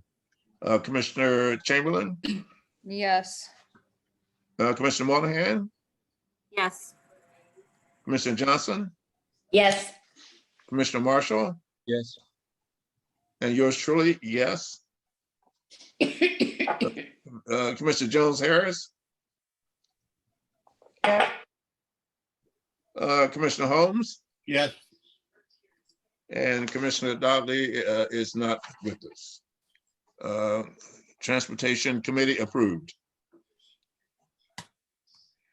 Okay, so we have a Building Zoning Committee, that's Larry and Daryl. We have Planning and Development, which is Keith Dodley's on that. Communication Outreach, Summer. Election Committee is Susan Johnson. Let's see.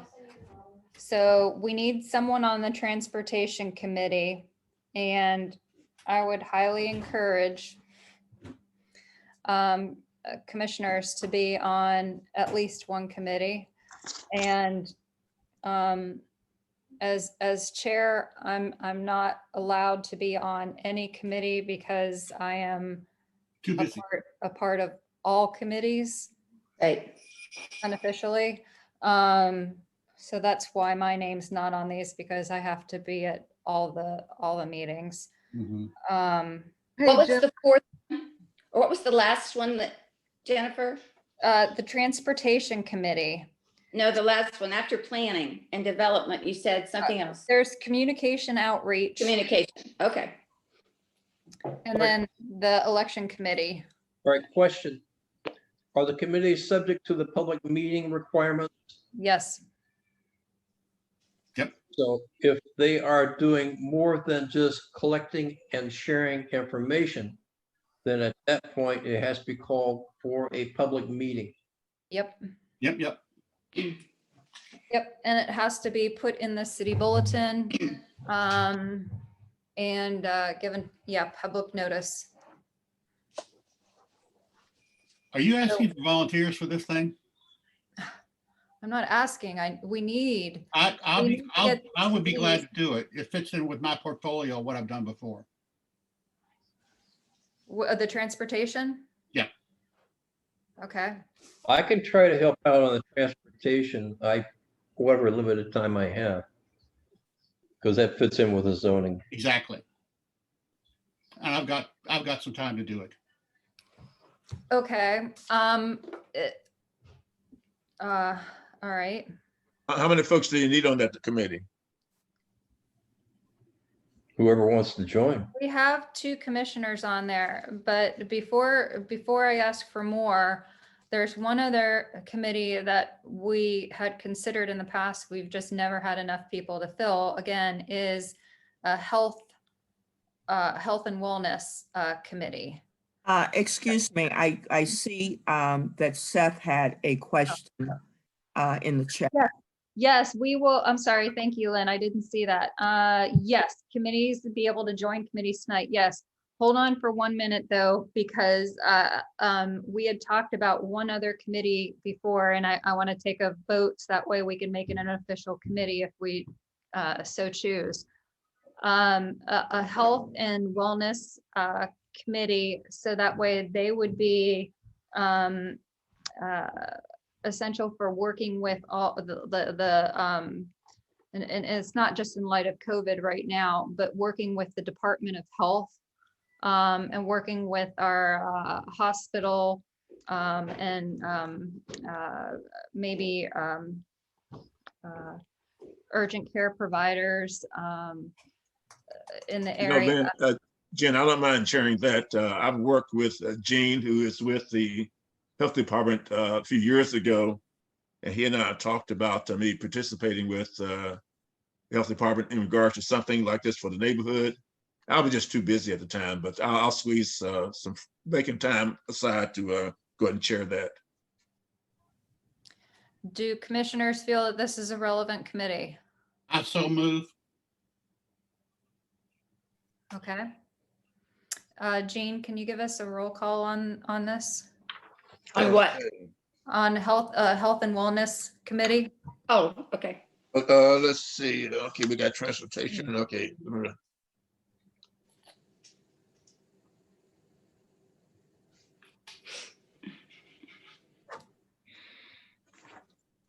Okay, Care Commissioner has proposed a health and wellness committee, and Commissioner Tyree has agreed to chair. Roll call vote.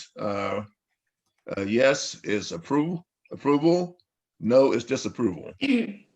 Commissioner Chamberlain, Yes. Commissioner Monahan. Let's see where Summer does. Yes. Oh, okay, okay. Commissioner Johnson, Yes. Commissioner Marshall, Yeah. and yours truly, Commissioner Tyree, yes. Commissioner Jones Harris, Yes. Commissioner Holmes, Yes. and Commissioner Dudley is not at the meeting. Jennifer, I would work with Jean since I've not worked on any of these committees, and it would give me a chance to learn how we need to do things. Okay. You want involved on the health and wellness then? Yeah, with Jean. So Thank he you can- very much. He can be my mentor. Oh, Lord, have mercy. A prayer from the preacher. I've been there before. I know, he's good. Praise God. Yes. So all of the participants or all of the community members that are on here right now, here are the following. Can I join a committee for Independence area? The committees aren't based on an area. They're based on Sweetie? I don't know like Topics. Areas of need. areas. Area commission boundaries. Yeah, they're not based on boundaries. As long as they're with the Far East Area Commission area. Right. So right now we have building and zoning, planning and development. We only have one person on planning and development. Keith Dodley is the chair of that right now. He's not here tonight. Communication and outreach. Let me just say, planning and development would be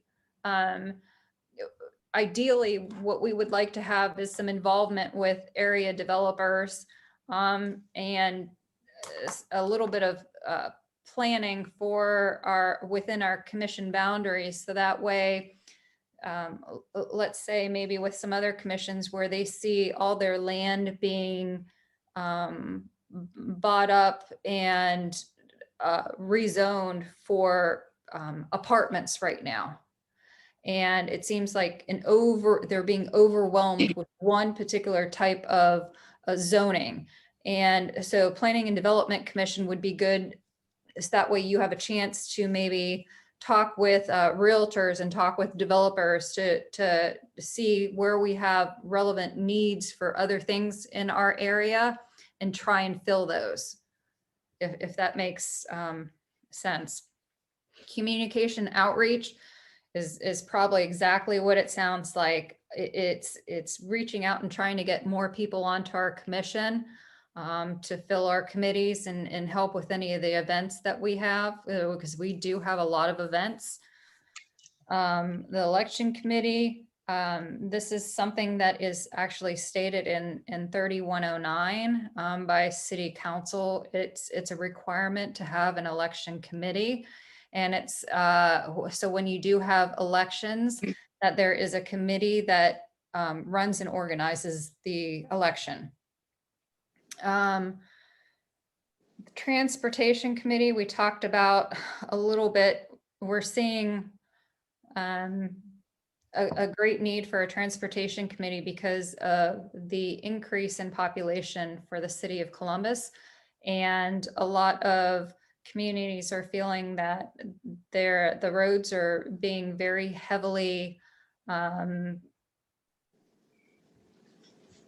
guess, populated would be a key word. And if you saw tonight with the apartments that were voted in on McNaughton, McNaughton has for that road within the last 2 years to have 2 major apartment complexes go in on it. It is a concern, and the transportation committee is something that would look at that and work with Lynn, who is the director right now for transportation? Boy, God, is it Ronaldo? It's what Stargell? What did you say? Is it Ronaldo? It's Ronaldo. Okay. I just yeah. forgot his name. Which we were hoping to have Ronaldo come out anyway here, maybe in January or February, and speak to the commission. But it would be a good opportunity to maybe talk with him a little bit as well. Those that are on the transportation committee. Yeah, we can even go as far into depth as you would like for the transportation committee. That would be great. And I have a feeling that with how important that one is, that it might be something that the other 2 commissions that we have on the Far East. So if you're not, for those in the community, if you haven't been on too many meetings, the Mideast Area Commission and the Greater Southeast Area Commission, we do a lot of work with our other 2 commissions. So the 3 of us are always, commissions are always in on each other's meetings and working together on projects. And transportation is going to be one of those things that, in a sense, it crosses over commission boundaries, because roads, in a sense, will take you through one commission and onto another commission. So the transportation committee is one that I could see that would have a lot of involvement with the other commissions as well. So health and wellness. I think I just went into that a little bit before, but one of the things that I see with that is we've had in the past, the events that we've had that we've sponsored as a commission have almost all been in health and wellness, ironically. So we've done the self-defense class. We did CPR class. There's another one that we did too. We did a self-defense class, CPR. I can't think of what the third one was that we did. Those had to do with the shooting event with the federal agency. Was it what is doggone it, I can't think of it. Or what they had folks out at the firing range. The ATF, that wasn't big. Yeah, ATF, yes. That wasn't, we didn't sponsor that one, Right. but we did, a couple of the commissioners did participate in that. Oh, my mistake.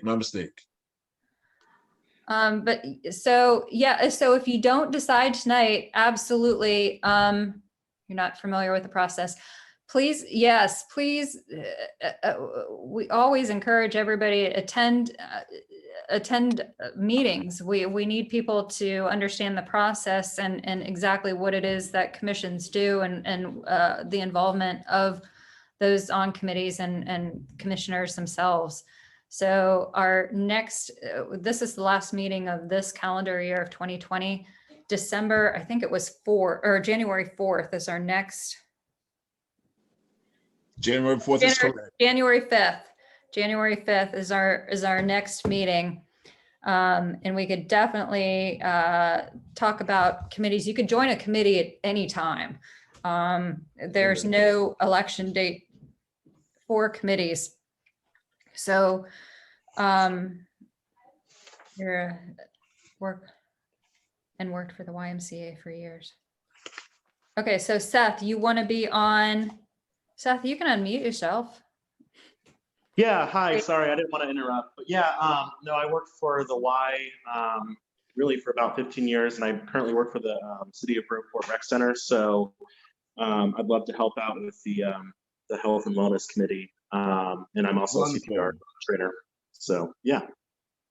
Okay, Seth, give me your last name again real quick. It's Bauer, B-O-W-E-R. Okay, that's what I thought. Okay.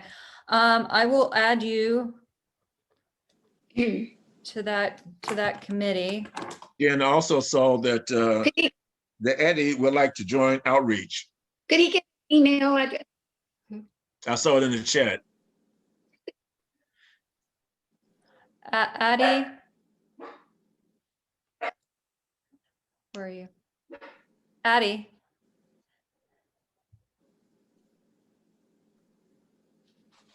There My you go. mistake, yes.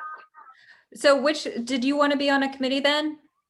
Yes, I said I want to be on the outreach and community. You want to be on outreach, communication outreach. Addie. Ed. Okay. All right. I have you on that Awesome. committee. Could always use help.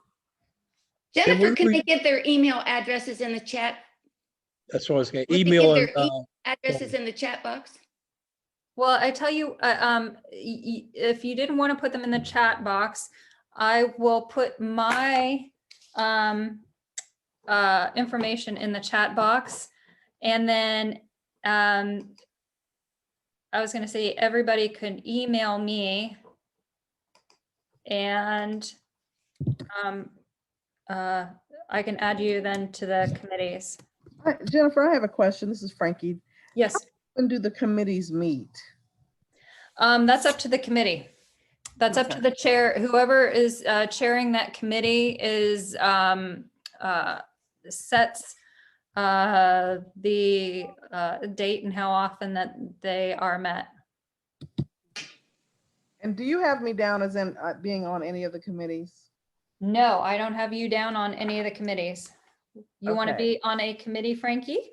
Well, I think we had talked about my being on the communications committee, especially, Yes. you know, the communications I wanted to get started to the mayor's office. So, Yes, and I do have more information for you on that. okay, good. So that's one, and I'm thinking maybe the either the transportation or the development one, whichever one might seem most appropriate or needs another person.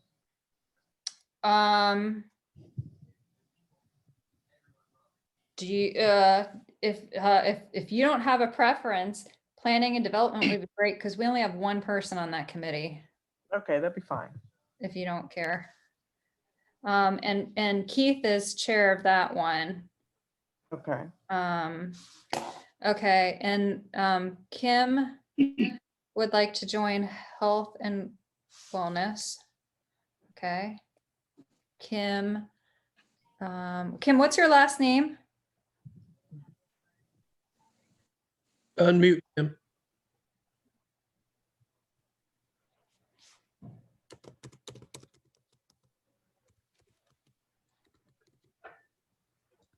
Kim?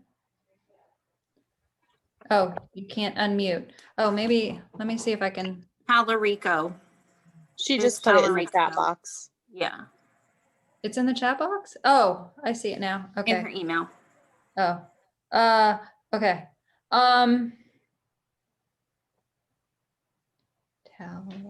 We go. Okay. Very important before I go any further. The chairs, I'll list the chairs again of the committees. Building and Zoning Committee, Larry Marshall is the chair. Planning and Development, Keith Dodley is the chair. Communication Outreach, Summer Monahan is the chair. Election Committee, Susan Johnson is the chair. Transportation Committee, Daryl Holmes is the chair. Health and Wellness Committee, Jean Tyree is the chair. Those chairs are responsible for notifying me when you need to meet, when you want to meet, are responsible for the members in that committee and their information. So names, addresses, telephone, email. And if you want to be on a committee, and there's a lot of people on here tonight. I'm not sure everybody is on our email distribution list. I did put my email address in the chat. Email me and ask to be on the distribution list, or you could go onto our website and it's on there as well. It's that way you're in communication with us and in that form. Make sure if you're a chair to let me know 3 days in advance of when you want to have a meeting, because I'll need to submit it on the I can't remember what that's called, Lynn, the form that I need to fill out for that. The public notice form. Public notice form. I'll need to submit that on for public notice. So please give me 3 days in advance. That way it goes on there and has appropriate notification. And maybe even 4 days so you can get in 72 hours in 3 days. That would be great. 72 hours. I thought that was 3 days. I You mean, want more than that? it is 3 days in advance, but if you get it ahead of time, make 4 days, you can get it in 3 days. At least 3 days in advance. So minimum 3 days in advance. More than that, preferably. Okay. And that way, since there's so many committees, that if I've got to be at all these meetings, that way I have a little bit of notice as well. So, is there anybody I left off of who, okay, so Transportation Committee is Daryl Holmes, Larry Marshall. Health and Wellness Committee, Jean Tyree, Susan Johnson, Seth Bauer, Kim Tallarico. Planning and Development is Keith Dodley and Frankie. And Communication Outreach, I have Summer, Addie, and Frankie. And it looks like Caitlin would like to join the outreach as well. Okay, wait a minute. Communication and Outreach is... Wait, actually, I want to make sure she understands it's not community and outreach, it's communication and outreach. So that's going to be the, like notifications and website and Facebook.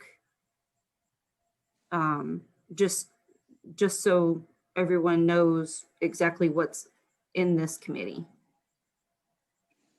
Does that make sense? She mentioned community and outreach. It's actually communications and outreach. Oh, I see it now. Okay, wait a minute. Yeah. I want to make sure she's okay with that, knowing that it's communication and outreach and not community and outreach. Okay.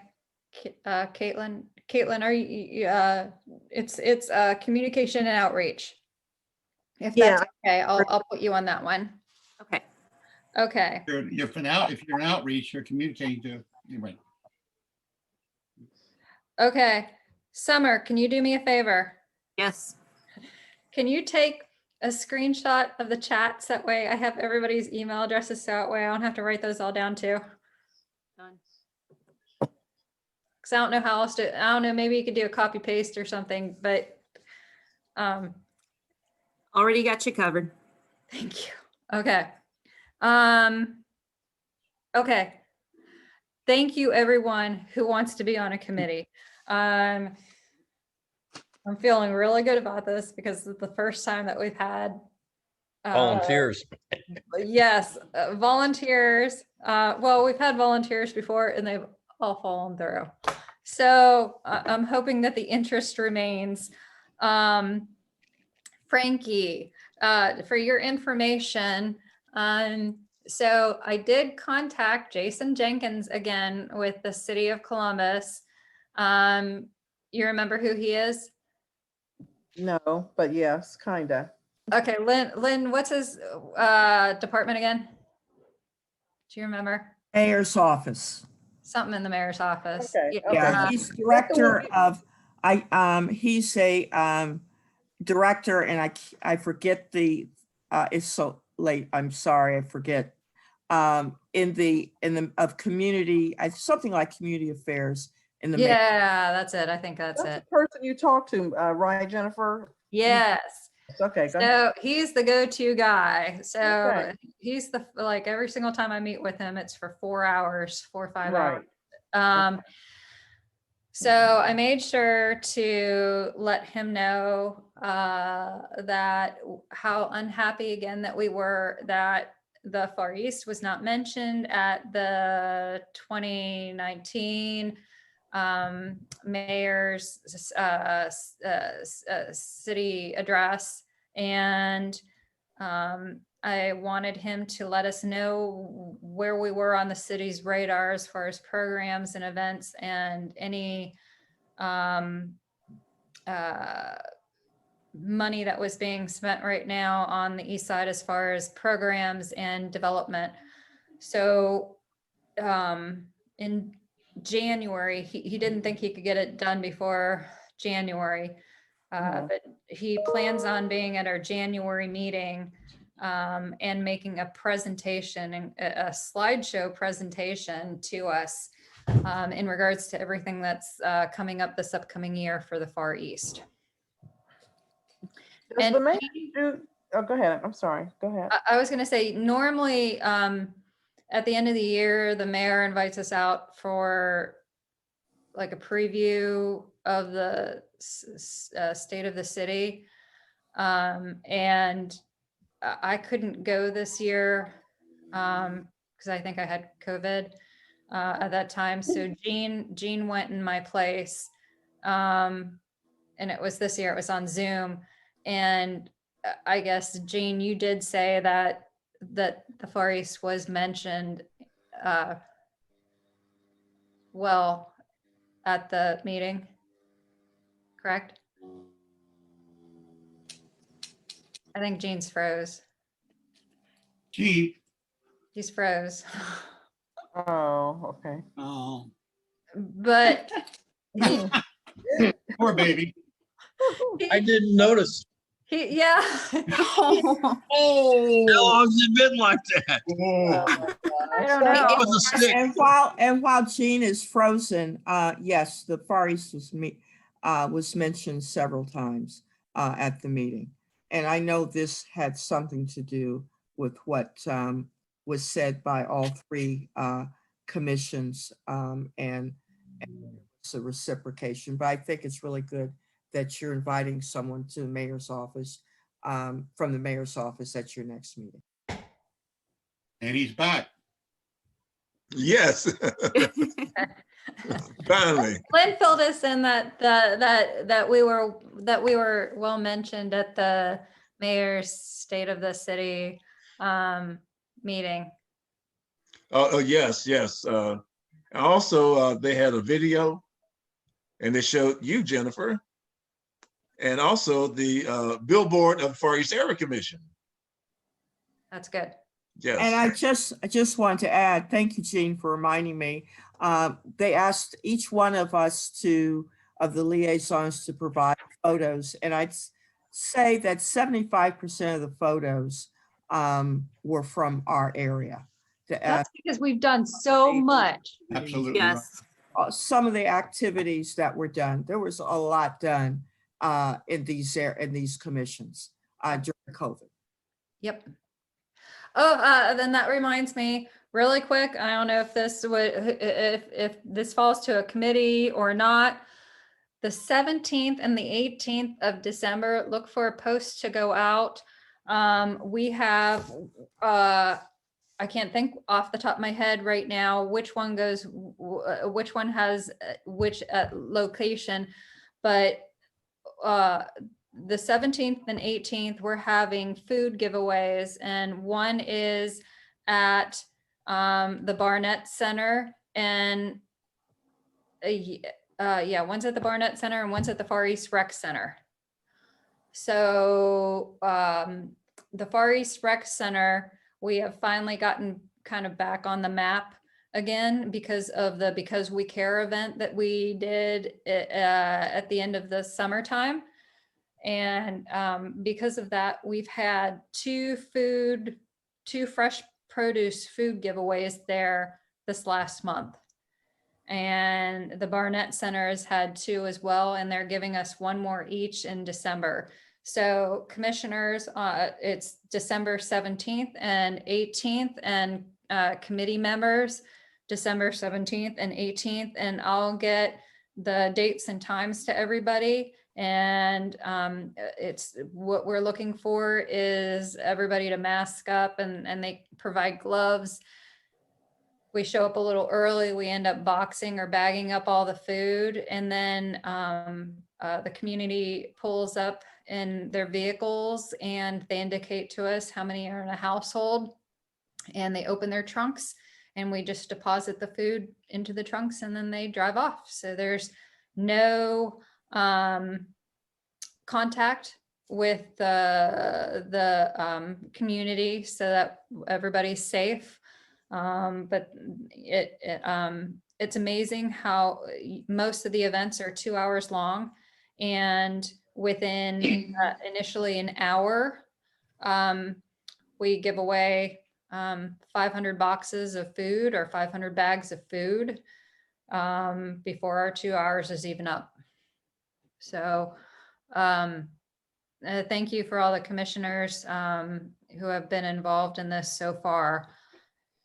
Lynn, anything else? Stanley has been so quiet. I'm going to let him speak a little bit, but I just want to say congratulations to the commissions for your outreach for seasonal, where you went to a lot of the fire stations and to residents to provide seasonal support. I think that was just awesome. And I saw some of the pictures. I sent Jean Tyree, Commissioner Tyree, a lot of the things that I was going to talk about. I won't talk about them, Jean, if you could send those out to everyone, including our new committee members and all the people that are here tonight. A lot of them are resources, and I just encourage everyone to support your communities with resource information, especially around this season. I'm just going to end right there because I've sent everything out and it's all self-explanatory. Jean will send it out, and I know Stanley, you have some things you want to say. Stanley, introduce yourself to everybody, please. Good evening, everyone. I am the City Council Community Engagement Specialist for Columbus City Council. I cover the East Side, so of course that includes the Far East and also the other 6 area commissions on the East Side. It's good to see you all. One. Thank you. It's good to see you all. It's been a while since I've been able to present some things to you all, but we've continued to be busy. As you all know, we launched our Reimagining Safety Next Steps about 2 weeks ago at this point. So just wanted to make sure I touch base on that. We're in the budget process as well, so there are going to be public hearings regarding all the committees. They did start tonight with the technology and also neighborhood committees, and those will continue. Tomorrow, there will be a hearing for public safety. And I know that's always an interesting thing that people are interested in. So that will be tomorrow at 5 p.m. But the reason I'm on here today, Lynn asked me to touch base on the liquor objections that council passed last week, right before Thanksgiving. The liquor objections are they're an annual process that we go through. It's one of council's tools to object liquor license for businesses with a record of complaints and violations. It's basically a safety protocol. And each year, the state asks municipalities to adopt the applications for folks who have been causing issues in the community. We ask for feedback, and we work with the city attorney's office and also the Division of Police to identify establishments that have violated the liquor laws. And so objections can fall into several categories. It can be underage sales. It can be failing because they are not using their liquor permit appropriately. It can be violent crime. It can be police calls, and also drug activity. And so we look at all these different things. And this year we came up with 16, and we passed a objection for all 16. One that you all may be interested in, which is actually in your area, is the C1 Market. That's at 6044 Channing Way Boulevard. Yes. And so that was passed, and that will go to the Division of Liquor Control. And so we continue to make sure that we're listening to you all's feedback, and then also working with the city attorney's office. They continue this process. And so I just wanted to make sure I shared that with you all. Thought you all might be interested in it. And again, this is an annual process that the city attorney's office actually leads.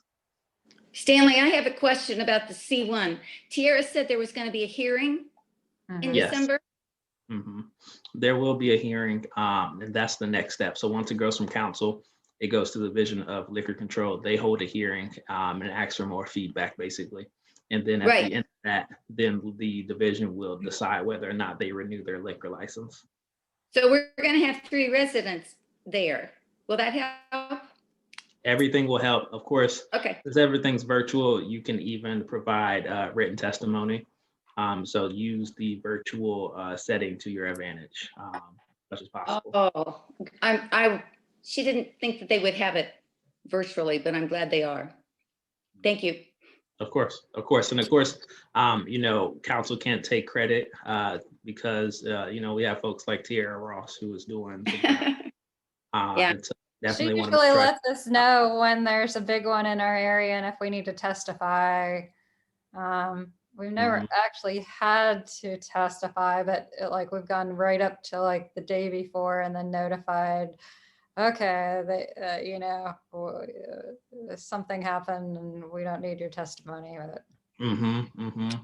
So yes, definitely shout out to Tiara, Attorney Ross. I'm sorry, I know her in a personal way, but shout out to Attorney Ross for her work in getting a lot of these things on the east side through to council, and then also to the division as well. Anything else, Stanley? No, that's all. If you all need Anything on districts, Stanley? The city council is coming with maps. Anything on that? We are going to have an announcement here, I want to say tomorrow. Let me see. We will have a announcement talking about the districting process. And that's going to be something that we're going to be talking about for the next 3 years.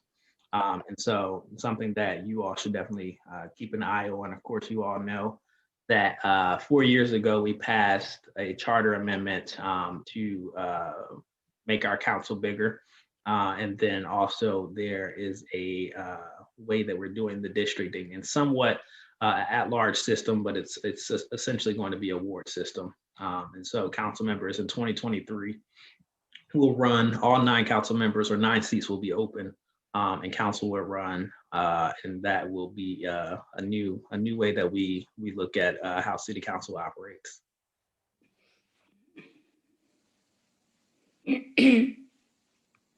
Oh, thank But- you. Of course, and if you all need to reach me, I'm gonna drop my email in here, but it is segates@columbus.gov. Great. And you're still receiving our Stanley. newsletters, right? Yes, I am. Good. Okay. Yeah, we missed you Stanley. on election night. Yes, I was off. Yeah. Well, thank you all, and happy, belated Thanksgiving, and then also Merry Christmas to you all, and happy holidays. Thank you, Stanley, and the same to you. Thank Very you. good, Stanley. Stanley, same to you.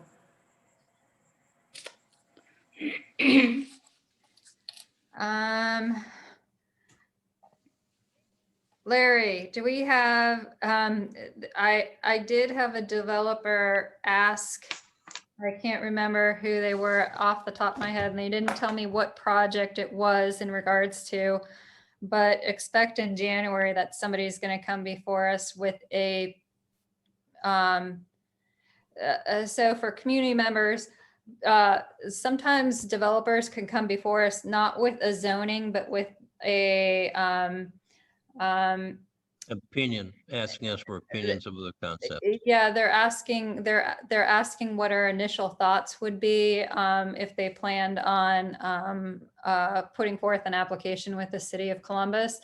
So in a sense, they come to us and kind of, you know, they present the project and we give them a little bit of feedback. So that way, as you see tonight, like earlier tonight with the apartments that were on McNaughten, if they did not feel that they would want to acquiesce to what we wanted, we might have voted to decline or not approve, give them a recommendation. And so sometimes they'll come to us ahead of time and say, you know, is there anything that, you know, you guys are looking for that, you know, that should be included on this project before they actually submit the application. So in January, we probably will have one of those, and it sounds like an important one. I don't know what road it's on yet, but they were trying to get all their ducks together to get here tonight, and I did not hear from them. Yeah, because you know the large project across from Mount Carmel, where the what Lennox or whatever it was located, that turned into a complete senior facility. That's what they did. They came with a concept of this is what we're going to have here. We're going to have all the way from infant living to assisted living to, you know, intensive care, you know, et cetera. So it's a very common thing to get an opinion, which is an intelligent thing on their part. That's the only thing that I know of that's coming our way. I'm looking for demo permits. I haven't seen any demo permits for sheets. I signed off on 7 of them this week. I sent you copies of all of them on East Broad Street, where those apartments are that we approved. Yeah. They finally got the demolition permits and into the city. So I think I like waited a week, and then they because they have a month and then they're automatically approved. And so they contacted me again, and I said, okay, I'll sign off on them. Yeah. Because I try to watch for those things, but right now I have like 3,000 emails that I gotta clean up. Can you say those permits are on the East Broad Street? They were all on East Broad Street. I think they were Okay. all like little garages or something like that were set back a little ways on the road. And Was that like over Chick-fil-A area, that type of area? no, it was across from Strader's. It was all that. Yeah. Okay. Oh. That's where all those apartments all are right, going that's where in. the kennel is and everything like that, besides the all of- large person. Yeah. Right. We already approved them putting in the apartments, but the cost, it was something about the cost, the cost of it was too high, so they didn't include the demo into that. And so they finally, now that things are slowing down right now, they finally put in the application for the demo. That was probably a house of those people that complained that they didn't want the apartments going in. I don't know, but anyway, all of it was approved anyway for the apartments to go in. So they finally got around to applying for the demos. So I did all 7 of those real quick. I got a question. Yeah. Am I the only one that got the message about the ugly sweater contest? You must have been. Yeah. Yeah. You All won. right. Lynn, do you have anything else for us? Other than telling Larry he won hands down. Yeah, you did. No competition. Lynn, in place of firefighters for kids this year, wasn't there something that's going to be done at the Barnett Center where we're giving away 1 toy to each car? I will find out. Plus I will send some information so everyone can have that.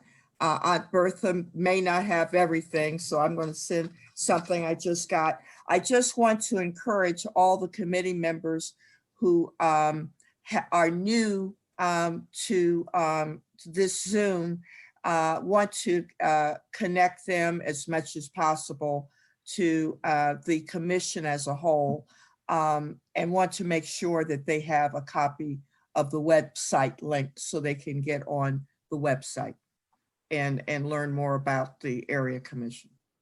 I agree. Yes. And one other thing, we're going to schedule a meeting with Commander Ali. Again, he was called away when we had our last coordinators meeting, and to talk about crime trends and anything the communities want to talk about as it relates to safety. Okay. And then we just spent last Saturday all day. We went around and we hit nine fire stations, 2 police substations. I went over to Steve Lindsay's for the East Columbus Business Association. We did Ruby's house, and she worked for the East Side for I don't know how long. And then to VFW Post, I went over to Mount Carmel East Hospital and the urgent cares, and we dropped off Christmas wreaths and cookies to all of those places. So we hit all of the first responders on the east side, and this was collectively through all 3 area commissions, through the Far East Area Commission, the Greater Southeast Area Commission, and the Mideast Area Commission under the Greater East Side Coalition. So we did a day of service on Saturday, and all socially distanced, and did that. So I think the only thing else that we have coming up in December, again, I'll give the information here, December 17th and December 18th for the rec center and the Barnett Center. Anything else? I move we adjourn. Any questions? I second. Okay, any questions from community members or anything that we need to follow up on, please send me an email, and I'll get back to you as quickly as possible in the next couple days. If that sounds good. Crickets. Yes. Thank you. Thank you, everybody who volunteered to be on my committee. Greatly appreciated. And I know that the other committee chairs are grateful as well. Yes, yes. Thank Yes, you. yes. And Jen, once you get all the information that Summer so nicely has saved from the chat, could Thank you you. give us their committee members' email address so we can contact them, get the various other personal information? Yes. I will do that, and then Summer, in place of on our website where it asked about the nominations for elections, it was suggested that we put on agendas on. I know we've never had agendas on our webpage is still pretty new, but Officer Poole was not able to make it tonight. Sometimes he can make Tuesday night meetings, sometimes he can't. Usually to give us an update on crime. But I think he just sent out the stats, the 2-week stats, maybe about a week ago. Yes. So we could get those out to you. But Summer, if we can put somewhere on there the agendas, I guess. I thought that might be helpful. And the agendas are usually included on the homepage. They're taken down once the meeting has occurred and replaced with meeting minutes. Do you want the agendas to be saved and included? from now on? Lynn, I didn't think that commissions really put agendas up on the web pages, but I was just, Lynn had mentioned it. So Lynn, what's your suggestion? Yeah, I don't think there'd be a problem putting an agenda on the webpage. You could just let everyone know what is going to be discussed for that meeting. Also, I just wanted to, someone just they want to know, reach out, who can I reach out to about cleaning up trees and bushes at Independence? Rec and Parks. Is 614-937-8573. Give Lynn a call and I will find out for you. 614-937-8573. Yeah, I think it would be great to have agendas on the website. Okay, we can do that. I'll send them over to you, Summer, then from when, and you can find a place on there for them. Yeah, I already got a place in mind. All right. Anything else? If so, I think we can adjourn. You want to do have a re-motion? Re-motion? Okay. Daryl, did you make a motion The previously? motion's actually active. You just need to vote on it. Okay, that's Holmes. Yes. And I second. Madam Chair, could we have a voice vote to approve or disapprove? Yes. Commissioner Chamberlain, Yes. Commissioner Monahan, Yes. Commissioner Johnson, Yes. Commissioner Marshall, Yes. yours truly, yes. Commissioner Jones Harris, Yes. Commissioner Holmes. Yes. All right, motion approved. Thank you, everybody. All Thank right. you. Bye. Thank All right. Hard work. Have a good night and Merry Christmas. Thank you, guys.